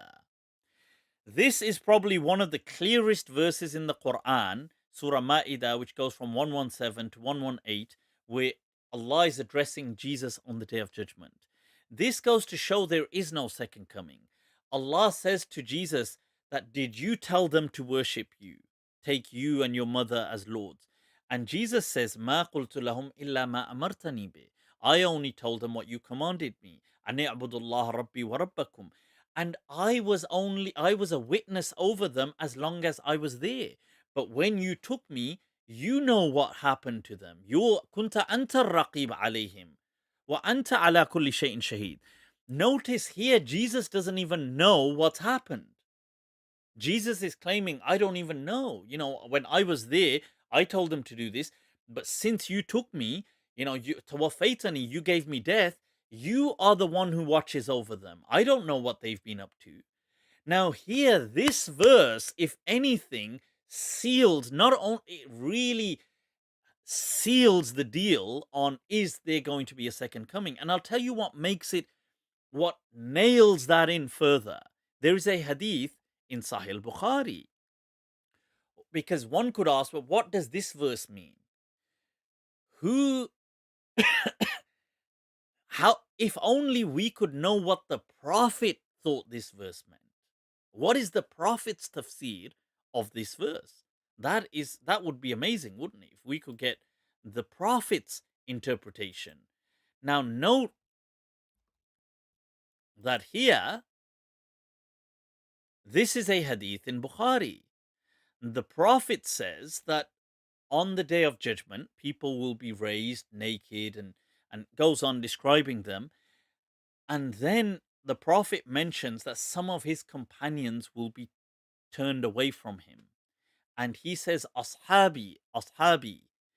And he will be told that فَيُقَالْ إِنَّهُمْ لَمْ يُزَالُوا مُرْتَدِّينَ عَلَىٰ أَعْقَابِهِمْ مُنْذُ فَارَقْتَهُمْ. The Prophet will be told, now this is in Bukhari, the Prophet will be told that these people after you don't know, but they turn bad after you. Okay, now this is hadith in Bukhari. Now, the Prophet then says, I will be like Jesus on that day.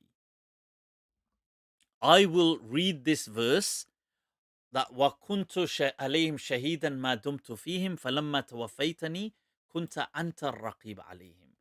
Now here the Prophet is giving his understanding of this verse, that I will on the Day of Judgment be like how Jesus said that, well, I only knew about them as long as I was there, but once you gave me death, you watch over them. Note that here, we don't expect the Prophet to come back. How do you expect Jesus? The Prophet is describing himself like for like with Jesus, And this is how the Prophet understood this verse. That is the biggest thing. The Prophet understood this verse, according to Bukhari, as saying that Jesus had died. Because he is saying that, oh, what about my companions? And he's being told, well, after you, they turn bad. And you don't know about it. And he's saying, okay. Well, in that case, I'm like Jesus, who didn't know what happened after him because of this verse. That really seals the deal. So,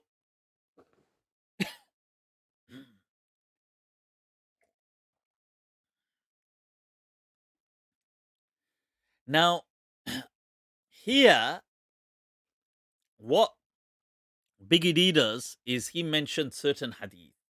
He says these hadith are untouchable.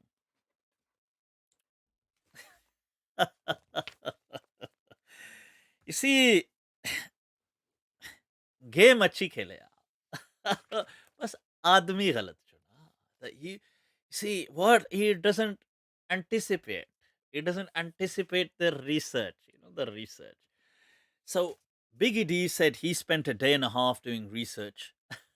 Mary Jan, we spent a bit longer than that.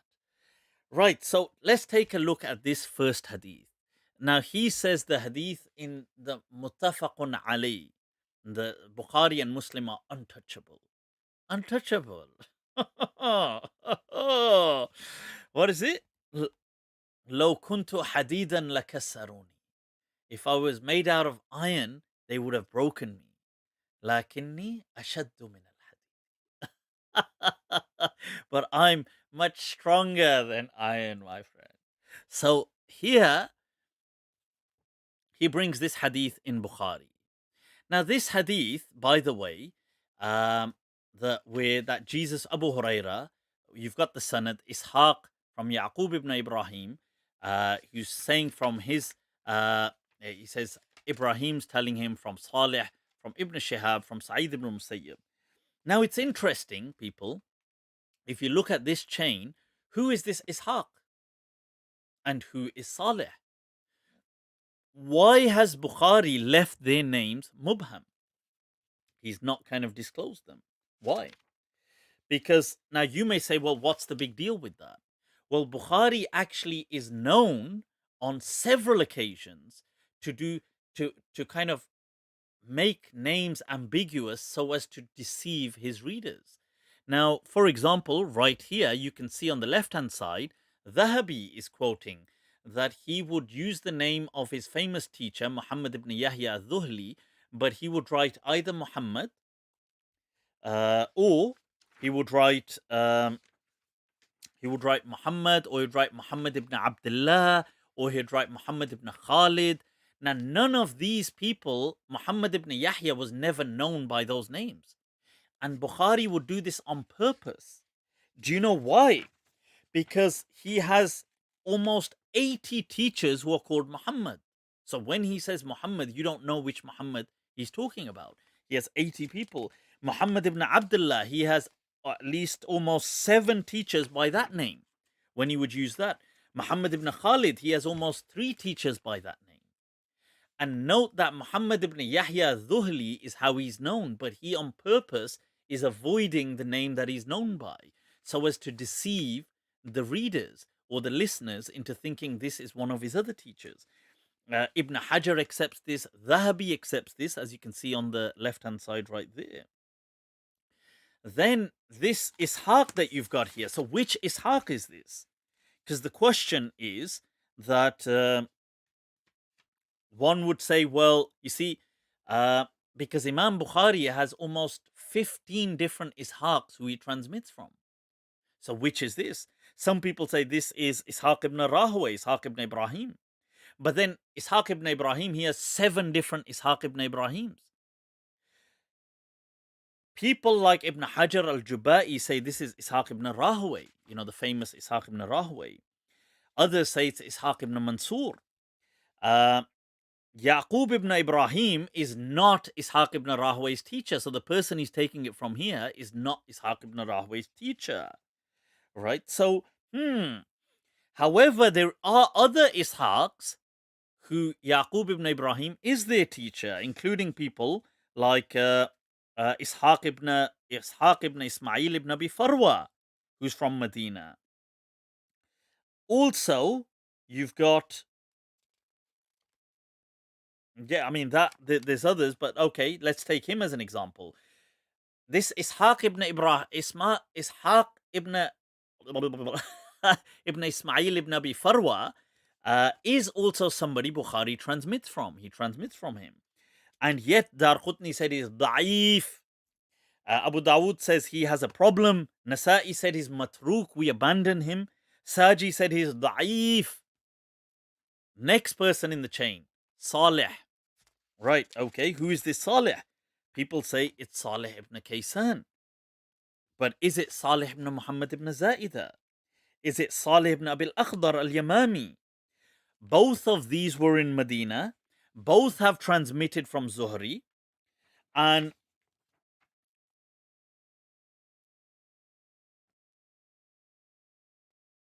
right, and yet, and Bukhari does take from these people in certain places. You see, the reason this Salih that we're saying, let's say Salih ibn Abil Akhdar, is it him? Ibn Ma'in says he's da'if. Bukhari himself has to admit in places he's weak. Abu Zur'a says he's da'if. What about Salih ibn Abi Za'idah? Sorry, Salih ibn Za'idah. Ibn Ma'in says he's da'if. Ali al-Madini says he's da'if. Nasa'i says he's weak. Abu Dawood says he's weak. Bukhari himself has to admit that he's munkar. In Abu Zur'a and Abu Hatim says he's da'if. Now you may say, well, is he them? Now you tell me, when Bukhari has so many different teachers by the same name, and he on purpose is using mubham, he's refusing to disclose the full name. When he does this as a trait, he does this with Muhammad ibn Yahya al-Dhuhli. He on purpose quotes him just as Muhammad, knowing that he's got 80 Muhammads. So you're going to be confused. How is this then? How is this reliable? Do you want us to accept this is just a coincidence? No, my friend. But what about Zuhri, the daddy people? Now check this out. Zuhri is known to do idraj. He's known to add into a sanad, add into a hadith.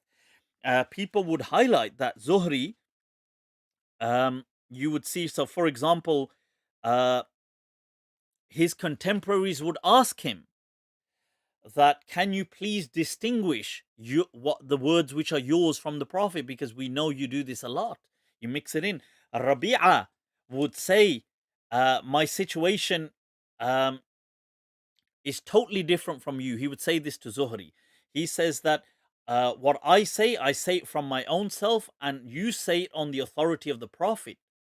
So meaning your opinions, you project them onto the Prophet. This is Rabi'a, the teacher of Imam Malik, saying it to him in Medina. Rabi'a would also say, when you narrate something according to your own opinion, always make it clear, please, that this is your opinion, it's not the hadith of the Prophet. Because this was something Zuhri had started to do. Ibn Rajab narrates from Bukhari that Zuhri would narrate a hadith on many occasions and insert sentences from himself in these hadith. They would be mursal hadith, as in they don't reach the Prophet, but he would make them reach the Prophet. Then he does tadlis, he blags the names. Imam Shafi'i, Darqutni, many of these people acknowledge this. Abu Dawood says out of the 2200 hadith narrated by Zuhri, only half reach the Prophet. The other half, not really.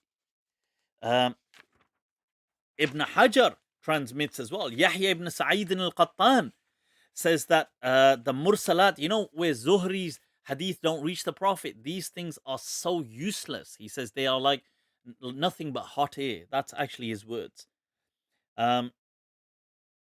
Even Imam Shafi'i says his mursalat are baseless. Check this out. Imam Layth ibn Sa'ad, when writing to Imam Malik, he says to him, when we used to meet Ibn Shihab al-Zuhri, there would be a difference of opinion in many things. He would tell us one thing, then he would go and tell a different party a different thing, and he would transmit to a third party a different thing. This is why we abandoned az-Zuhri. That's Imam Layth writing in his famous letter to Imam Malik. Right? So you tell me, is Ibn Shihab Zuhri reliable? And when he says Akhbarana, here he doesn't even say that. But when he says that, he blags it. The hadith of the Prophet wanting to commit suicide, they say is from Zuhri. He made it up, but he just projected it to the Prophet. Right, so you've got the Ishaq Saleh Zuhri. Okay, this is one hadith in Bukhari. Okay, let's see.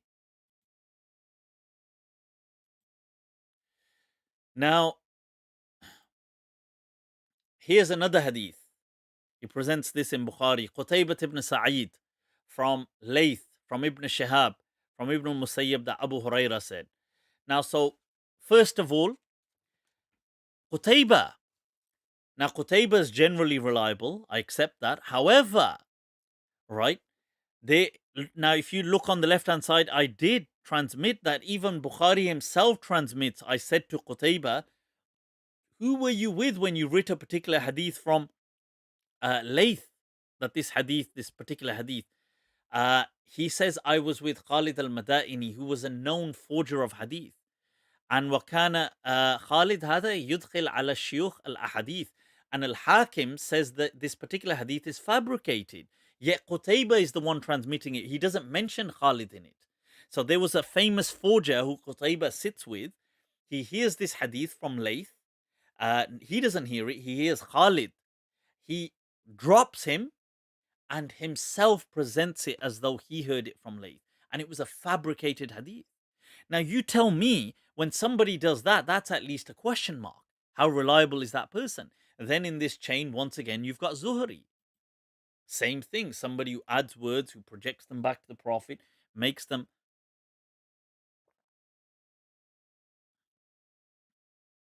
Now let.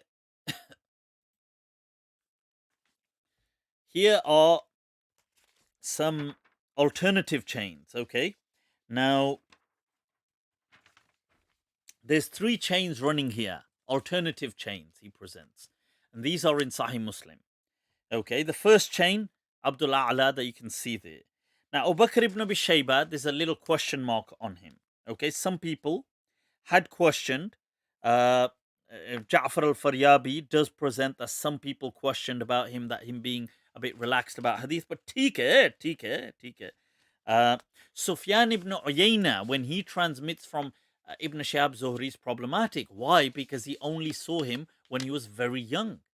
And a lot of the hadith he presents from Ibn Shihab Zuhri, he's usually probably blagging somebody in between, or is reading them from a book. He didn't actually hear them from him. Hence, a lot of people don't rate his transmission. Then you've got here Yunus ibn Yazid al-Aili. Let me just see there. Yep, you can see it there in the second chain, Yunus, where it says Yunus. Now, sorry, you've got Harmala. I'll do Harmala and then come to Yunus. Harmala Abu Hatim al-Razi says, La yuhtajju bih. Ibn Adi says, I asked Farhadi, he says, Farhadani about him and yuhaddithani an Harmala. Qala Harmala da'if. And Abu Hatim says, La yuhtajju bih. We do not consider him, we do not take from him as evidence. Now, okay, let's go back to Yunus ibn Yazid al-Aili. Now, you've got right now Yunus ibn Yazid al-Aili. Abu Zur'a says about him, Laysa bil Hafid. He's not somebody who would remember hadith accurately. And he says that it's transmitted. Check this out. Imam Ahmad transmits that lam yakun ya'rif al-hadith. He didn't even have a good knowledge of hadith, and he would write Sa'id. So he would, sometimes there would be a hadith from Ibn Shihab, and he would connect it to Sa'id ibn Musayyib, and it wasn't even like that. Or he would take hadith and just connect them. And notice this also goes forward to connect with Zuhri and to also Sa'id as well on certain occasions. So you've got Hasan al-Hulwani in this chain. Hasan al-Hulwani, Ahmad ibn Hanbal says about him, Ma a'rifuhu yatlubu al-hadith. I do not even know that of him actually studying hadith. And Salma ibn Shihab, Salma al-Mas, who's this here?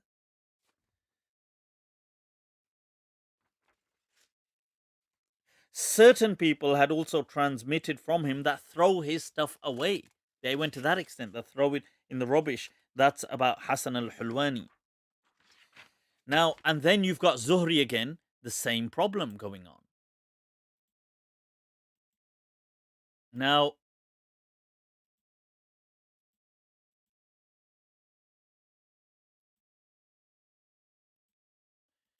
you've got another chain. The same kind of thing, except it's coming from Muhammad ibn Rumah. Okay, now Muhammad ibn Rumah, so it's the same chain, just the person in the beginning is changing. That's one variant in Muslim, Muhammad ibn Rumah. Now Muhammad ibn Rumah, even though he is generally reliable, however, Imam Bukhari and Abu Dawood avoided him because they felt he wasn't actually scrupulous. They do not transmit anything from him. That alone is a question mark. Then there is also a narration in Kitab al-Hajj from Ibn Rumah where he says Haddathana from Layth, and Ibn Qutayba say that we heard from Layth, and yet Bukhari mentions that they got that totally wrong. Then you've got Zuhri in the same chain, going through the same issues are repeated. Now, here you've got this again, Yunus ibn Yazid again, Harmala again. This is another hadith in Sahih Muslim, same problems, Zuhri again. Sufyan ibn Uyayna, this is in Bukhari, same problem again. Zuhri, Sufyan ibn Uyayna, Qutaybat ibn Sa'id from Layth, Sa'id ibn Abi Sa'id. Now, in this chain in Sahih Muslim, it's quite interesting because you've got here, let me see, you've got in this chain, you've also got Sa'id ibn Abi Sa'id, who the scholars have also said about him, Ibn Sa'ad, Al-Waqidi, Ibn Sa'ad, Waqidi, Ibn Hajar, Ibn Habban, all of these people say his memory, years before his death, he suffered huge memory loss and possibly dementia. And this is why he becomes unreliable, and he's in this chain. Then you've got something very fascinating here. You've got this person called Ata ibn Mayna. Now, what's really fascinating in this chain from Abu Hurairah, Ata ibn Mayna, is, now check this out, people.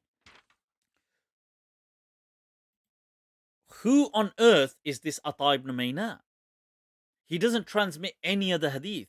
And what's shocking is he doesn't exist. This guy is a ghost, right? There are the Atas that transmit from Abu Hurairah. There's Ata ibn Mayna, Ata Mawla ibn Siba, Ata Mawla ibn Subayya, Ata Mawla ibn Abi Ahmed, Ata Mawla ibn Zubab. So there's 5 Atas, yeah? Now check this out. Abu Dawood, Mizzi, Khatib al-Baghdadi say all of these are one person. They're all one person. So okay, let's take them as one person. Bukhari says no, they're 3. Ali al-Madini says no, all of these are 2. So we don't even know who this, we're trying to figure out who this person is, right? There's confusion about him. If they are all one, Dhahabi transmits, Ata Mawla Subayya, nobody knows, Lam yu'raf. We don't even know anything about him. They disagree, where was he even from? Some people say he's from Basra, some say Mecca, some say Medina, some say, they don't know anything about this guy, right? So, and they claim, check this out, Ata ibn Mayna, they claim he was the freed slave of Abu Zubab. Abu Zubab, as Ibn Hajar highlights, dies in 146 Hijri. Yeah? Abu Hurairah dies in 57 Hijri. So this person, the slave owner, dies, what is that, like almost 90 years after Abu Hurairah has died. So he's born obviously much after Abu Hurairah has already died. So let alone his slave, he himself never saw Abu Hurairah. How on earth is his slave Ata ibn Mayna going to see Abu Hurairah? Then, to top that off, Tabrani, Abu al-Qasim al-Tabrani has a book call all the narrators whose names are Ata. And guess who's not in there? Who else? Ata ibn Mayna is not in there. Right? So obviously, Abhayne is a ghost. How is he going to be in there? Right? So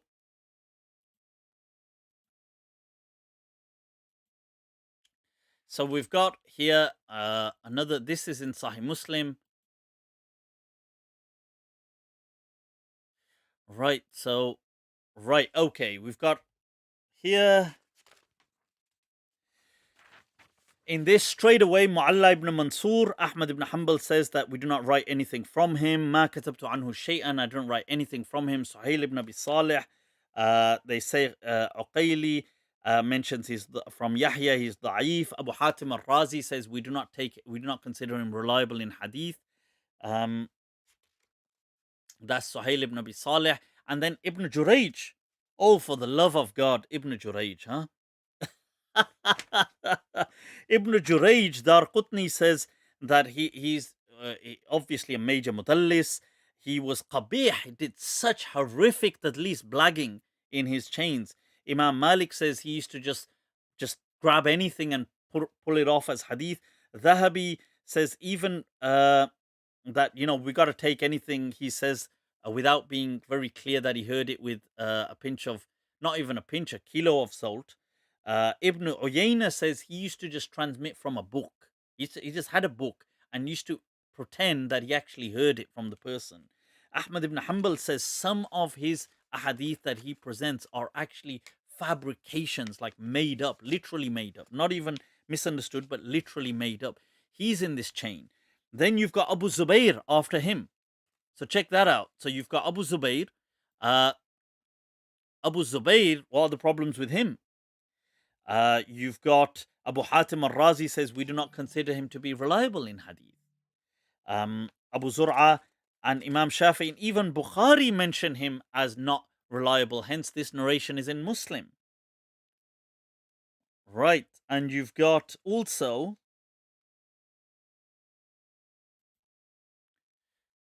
now I'm having to skip through some of these.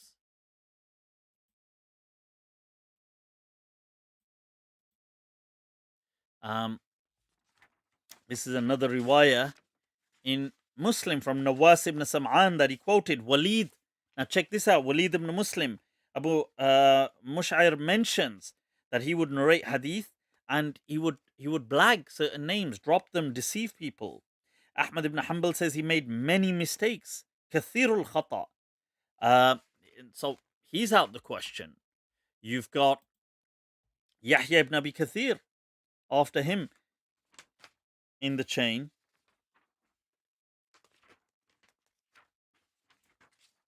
Oh, with the right one. Oh, right. Sorry. One moment. Before I get to this, where's the? Let me just finish that one. Then I'm going to come to the other two that he said. So you've got Walid, who's unacceptable. You've got Abdurrahman ibn Yazid ibn Jabir that I've mentioned there. Al-Fallas says he's weak, he's da'if. Nasa'i says he's matruk. Then you've got Yahya al-Ta'i, who was the judge of Hams. He has been problematized that, he used to send a lot of irsal hadith that didn't really reach the Prophet. Abdurrahman ibn Jubair, that some of his hadith have been rejected as well. That Muhammad ibn Sa'id, right, so, sorry, yep, so Abdurrahman ibn Jubair ibn Sa'ad highlights that several people kanu yastankiruna hadithahu, that they would reject his hadith, problematizing it. So that's Nawas ibn Sam'an, who he claimed this riwayah, which is in Muslim. Then what happens is Yasir Qadhi went on to present some chains. Now, as you can see, people, this obviously takes a lot of time. I'm going over my normal time frame and I've only done select hadith. I'm going to, inshallah, in time to come, go over the rest of them. These are the strongest ones they could possibly present. The strongest people. Bukhari and Muslim, what he said, muttafaqun alayh. I've shown that how are these people utterly, where he said it doesn't leave, there's no doubt. How is there no doubt? All of these chains are problematic. Every single chain has had a problem in it. Whether it was Zuhri, whether it was going to be all of these people, Ibn Jurayj, whether it was going to be Abu Zubayr, whether it was going to be Ibn Bukayr, whether it was they've all been problematized. And the Ibn Bukayr one, I think I may have just brushed past that, because he was in one of the chains there. Ibn Bukayr was in the Bukhari chain. And this was just a tiny printout of we've got this on. Oh, he's speaking about these 100 chains, 70 chains. Every single one we've got. This was on just 7 hadith, and it was 20 pages I had to print off. There's so much. This whole thing has been, he's saying I've done 1.5 day research. Abe, you haven't done anything. You haven't even seen the ocean yet. You're just like sitting by it's not even a stream, it's some sewage somewhere. This is the ocean. The ocean, this is deep, my friend. This is some deep stuff. And I would love for them to come and challenge. Let's discuss this. Now, they may say that, look, he may say, and this is a fair point, they may say, look, yes, but these people have considered them to be sahih. Let's say we put it in Bukhari. Bukhari's accepted the hadith, he's put it there. Naturally, if he's put it there, it's an indication that he's accepting it. That's fair enough. But what about the people who are challenging it? They are equal dons. Some are greater. Abu Hatim al-Razi is greater than Bukhari. He's more senior to him. I mean, why does one person get the say? Is it not arbitrary? You're just making an arbitrary judgment. You're just saying, well, I'm going with the fact that he said it's okay.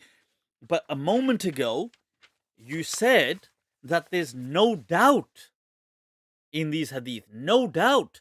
I've shown doubt upon doubt. There was a hadith in Bukhari that was transmitted by with Yahya ibn Bukayr, who Abu Hatim al-Razi says, La yuhtaju bih. We do not consider him to be an evidence, reliable. And Nasa'i says he's da'if. He's weak, unacceptable.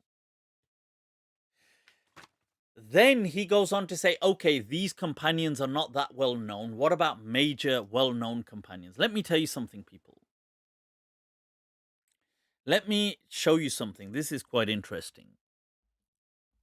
Right, so this is the hadith of Aisha that he brings up. Now, apart from all these people being problematized, so I want to highlight something. Apart from Hadrami ibn al-Lahiq, there's confusion who he was.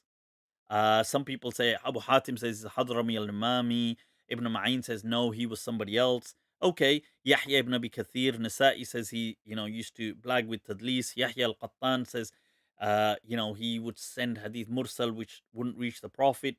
Now check this out. Dawri transmits something interesting about Yahya ibn Abi Kathir. He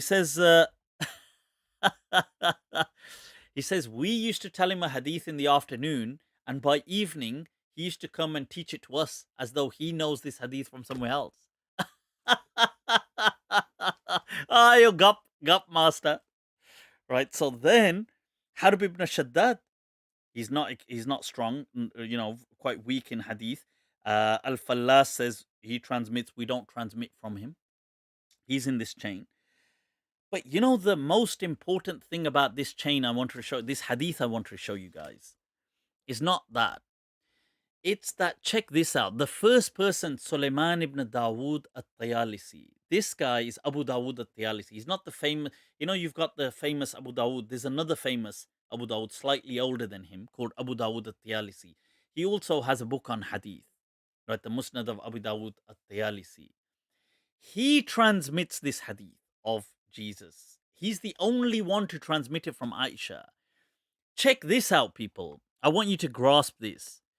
he claims not only in the beginning of the other hadith, so the one he doesn't transmit, these other weak people transmit it, but they transmit not Jesus in it.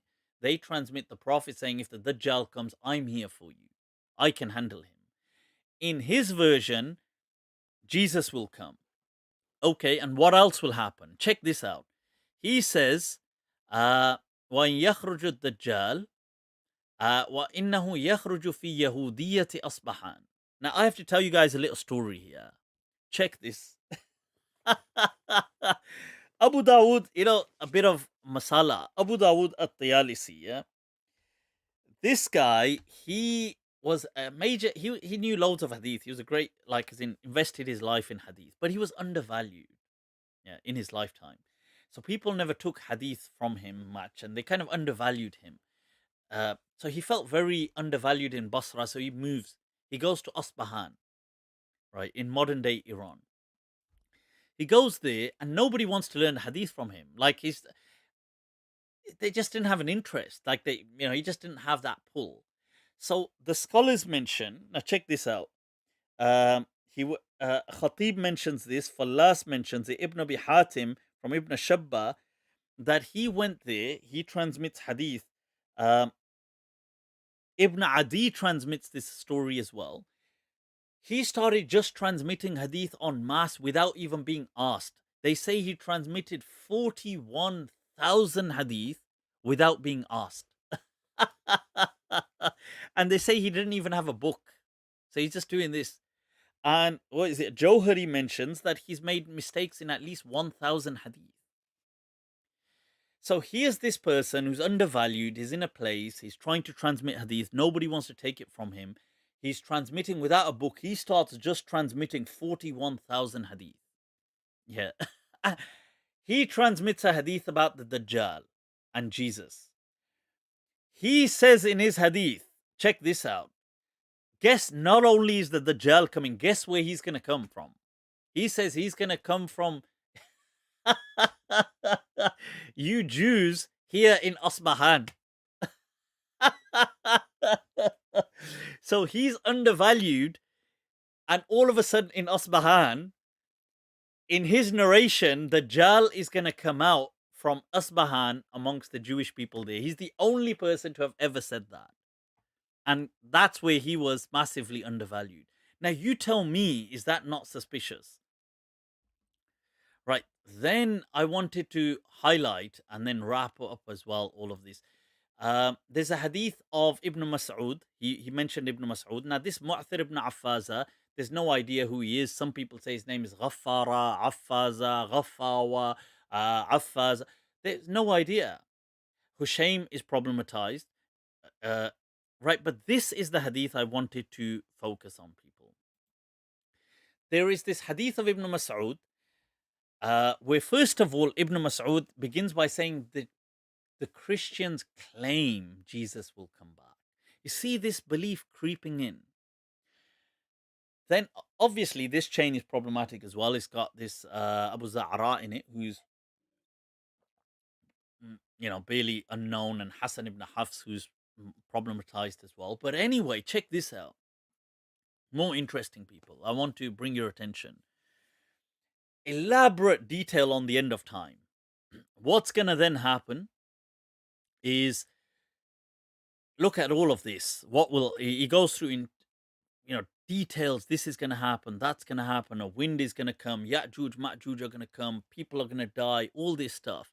But then what's going to happen after this utter destruction? Now, this is the hadith. He was saying, Yasir Qadhi, that we can't question with reason. Now, check this out. What does the hadith say at the end? When there's utter destruction, how will this be brought back to... Check this. Then Allah will... Now, I have to translate this, so brace yourselves, people. Allah will send... There's a fluid from beneath the arsh which will ejaculate like the sperm of men.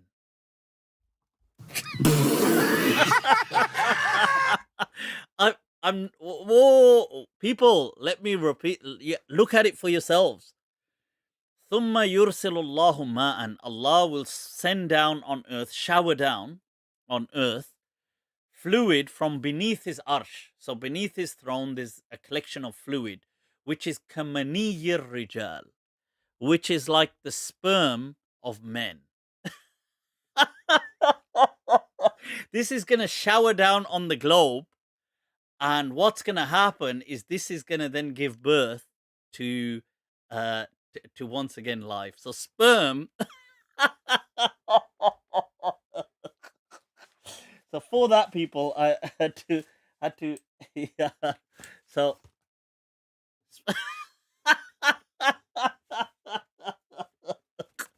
oh yaar ye blizzard, huh? Yaar ye kya ho raha hai yaar? What's this? What kind of games are? So Allah is going to send down a blizzard of sperm-like,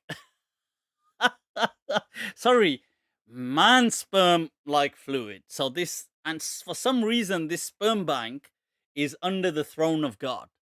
I mean, that's what this actually is saying. Look, and it mentions yumni, that it will come down as it will be ejaculated down onto. Abbe yaar ye. What on earth is going on? Seriously, I mean, what on earth is going on here? This is so preposterous, honestly. And, people say that we can't problematize these hadith. I wanted to highlight to you, in one of the chains, just before the Ibn Masarud one, there's in one of the chains, there's this person, Yazid ibn Harun. He's in the chain. Not only, now check this out. This is a person who's transmitting this, that Jesus will come back. Not only is he not reliable and people have problematized him, look what they transmit about him. Khatib al-Baghdadi says, سَاءَ حِفْظُهُ لَمَّا كُفَّ بَصْرُهُ. He became blind later on in life, and his memory naturally got weak. فَكَانَ يَسْتَثْبِتْ. So how would he know what is going on? He would get his slave girl he would ask her, whatever he was doubtful about, he would ask her, يَأْمُرُهَا بِمُطَالَعَةِ الْكُتُبِ. He would ask her to do the research.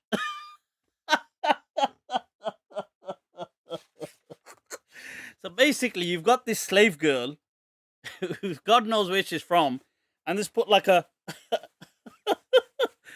pug on her head, and they just sit her down.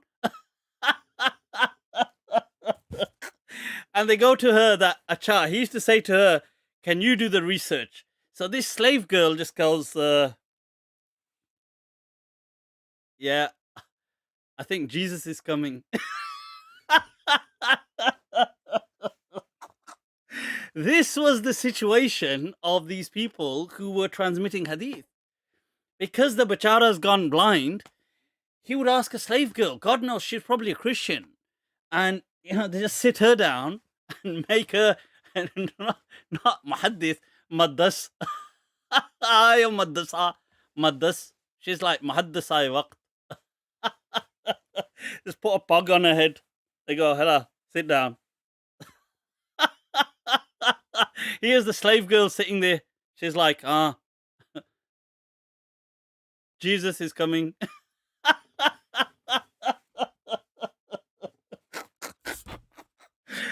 Yeah, Jesus. Man, honestly, I don't. Then they say, why can you question this stuff? How can we not question it? How can we not question it? I mean, there's bloody sperm blizzards that are happening, and we got to kind of watch out for, God knows, showers of sperm coming down, and there's got to be, I don't know, sperm banks up there under the throne of God, and there's slave girls who are sitting as maddasai waqt, maddasatul asr. She's sitting as the doing the mutala of the kutub.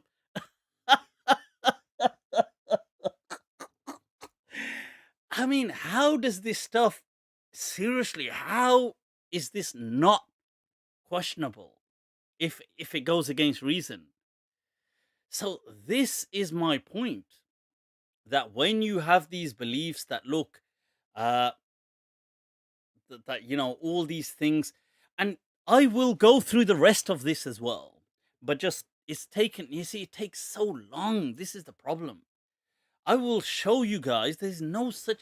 They say that there's a. Bring me one unquestionable hadith, just one to prove this, that there's no question about anything in its chain. 80% of these entire hadith are just through Abu Huraira, just through him. And almost 50% of the entire narration is just through one man, Ibn Shihab Zuhri. The other companions that they're quoting are not these reliable companions. Like, I suppose they've got this of Ibn Masarud saying, oh, the sperm's going to come down and stuff. That's nonsense. Transmitted by that guy who's got his slave girl checking the... And one narration from Aisha where Abu Dawood at-Tayalisi, because he had a hard time in Isfahan, now the Dajjal's going to come out of Isfahan. There are no... Where is Abu Bakr? Where is Umar? Where is Ali? Now, they might say, oh, there's a narration where Umar is being told by the rabbis that we believe in this. But Umar himself is not saying the Prophet said it. Come on, this is meant to be the greatest thing in history that's ever meant to happen. How has it not been transmitted except through, like Nawas ibn Sam'an? Now, you don't commonly hear of this companion. You don't commonly... These companions that they're going to quote, you don't hear of them. So, and then their chains are problematized also. So, yeah, just to be clear, there is so much to go on in this, and what I will continue to do is, over the weeks, I will call this disclosure with a big D, because what Yasir Qadhi did is he just did half-truths. Somebody said Mufti Saab looks like Ghulam Mirza Ahmad right now. I was trying to imitate the slave girl. They put a bug on her head. And they're like, there you go.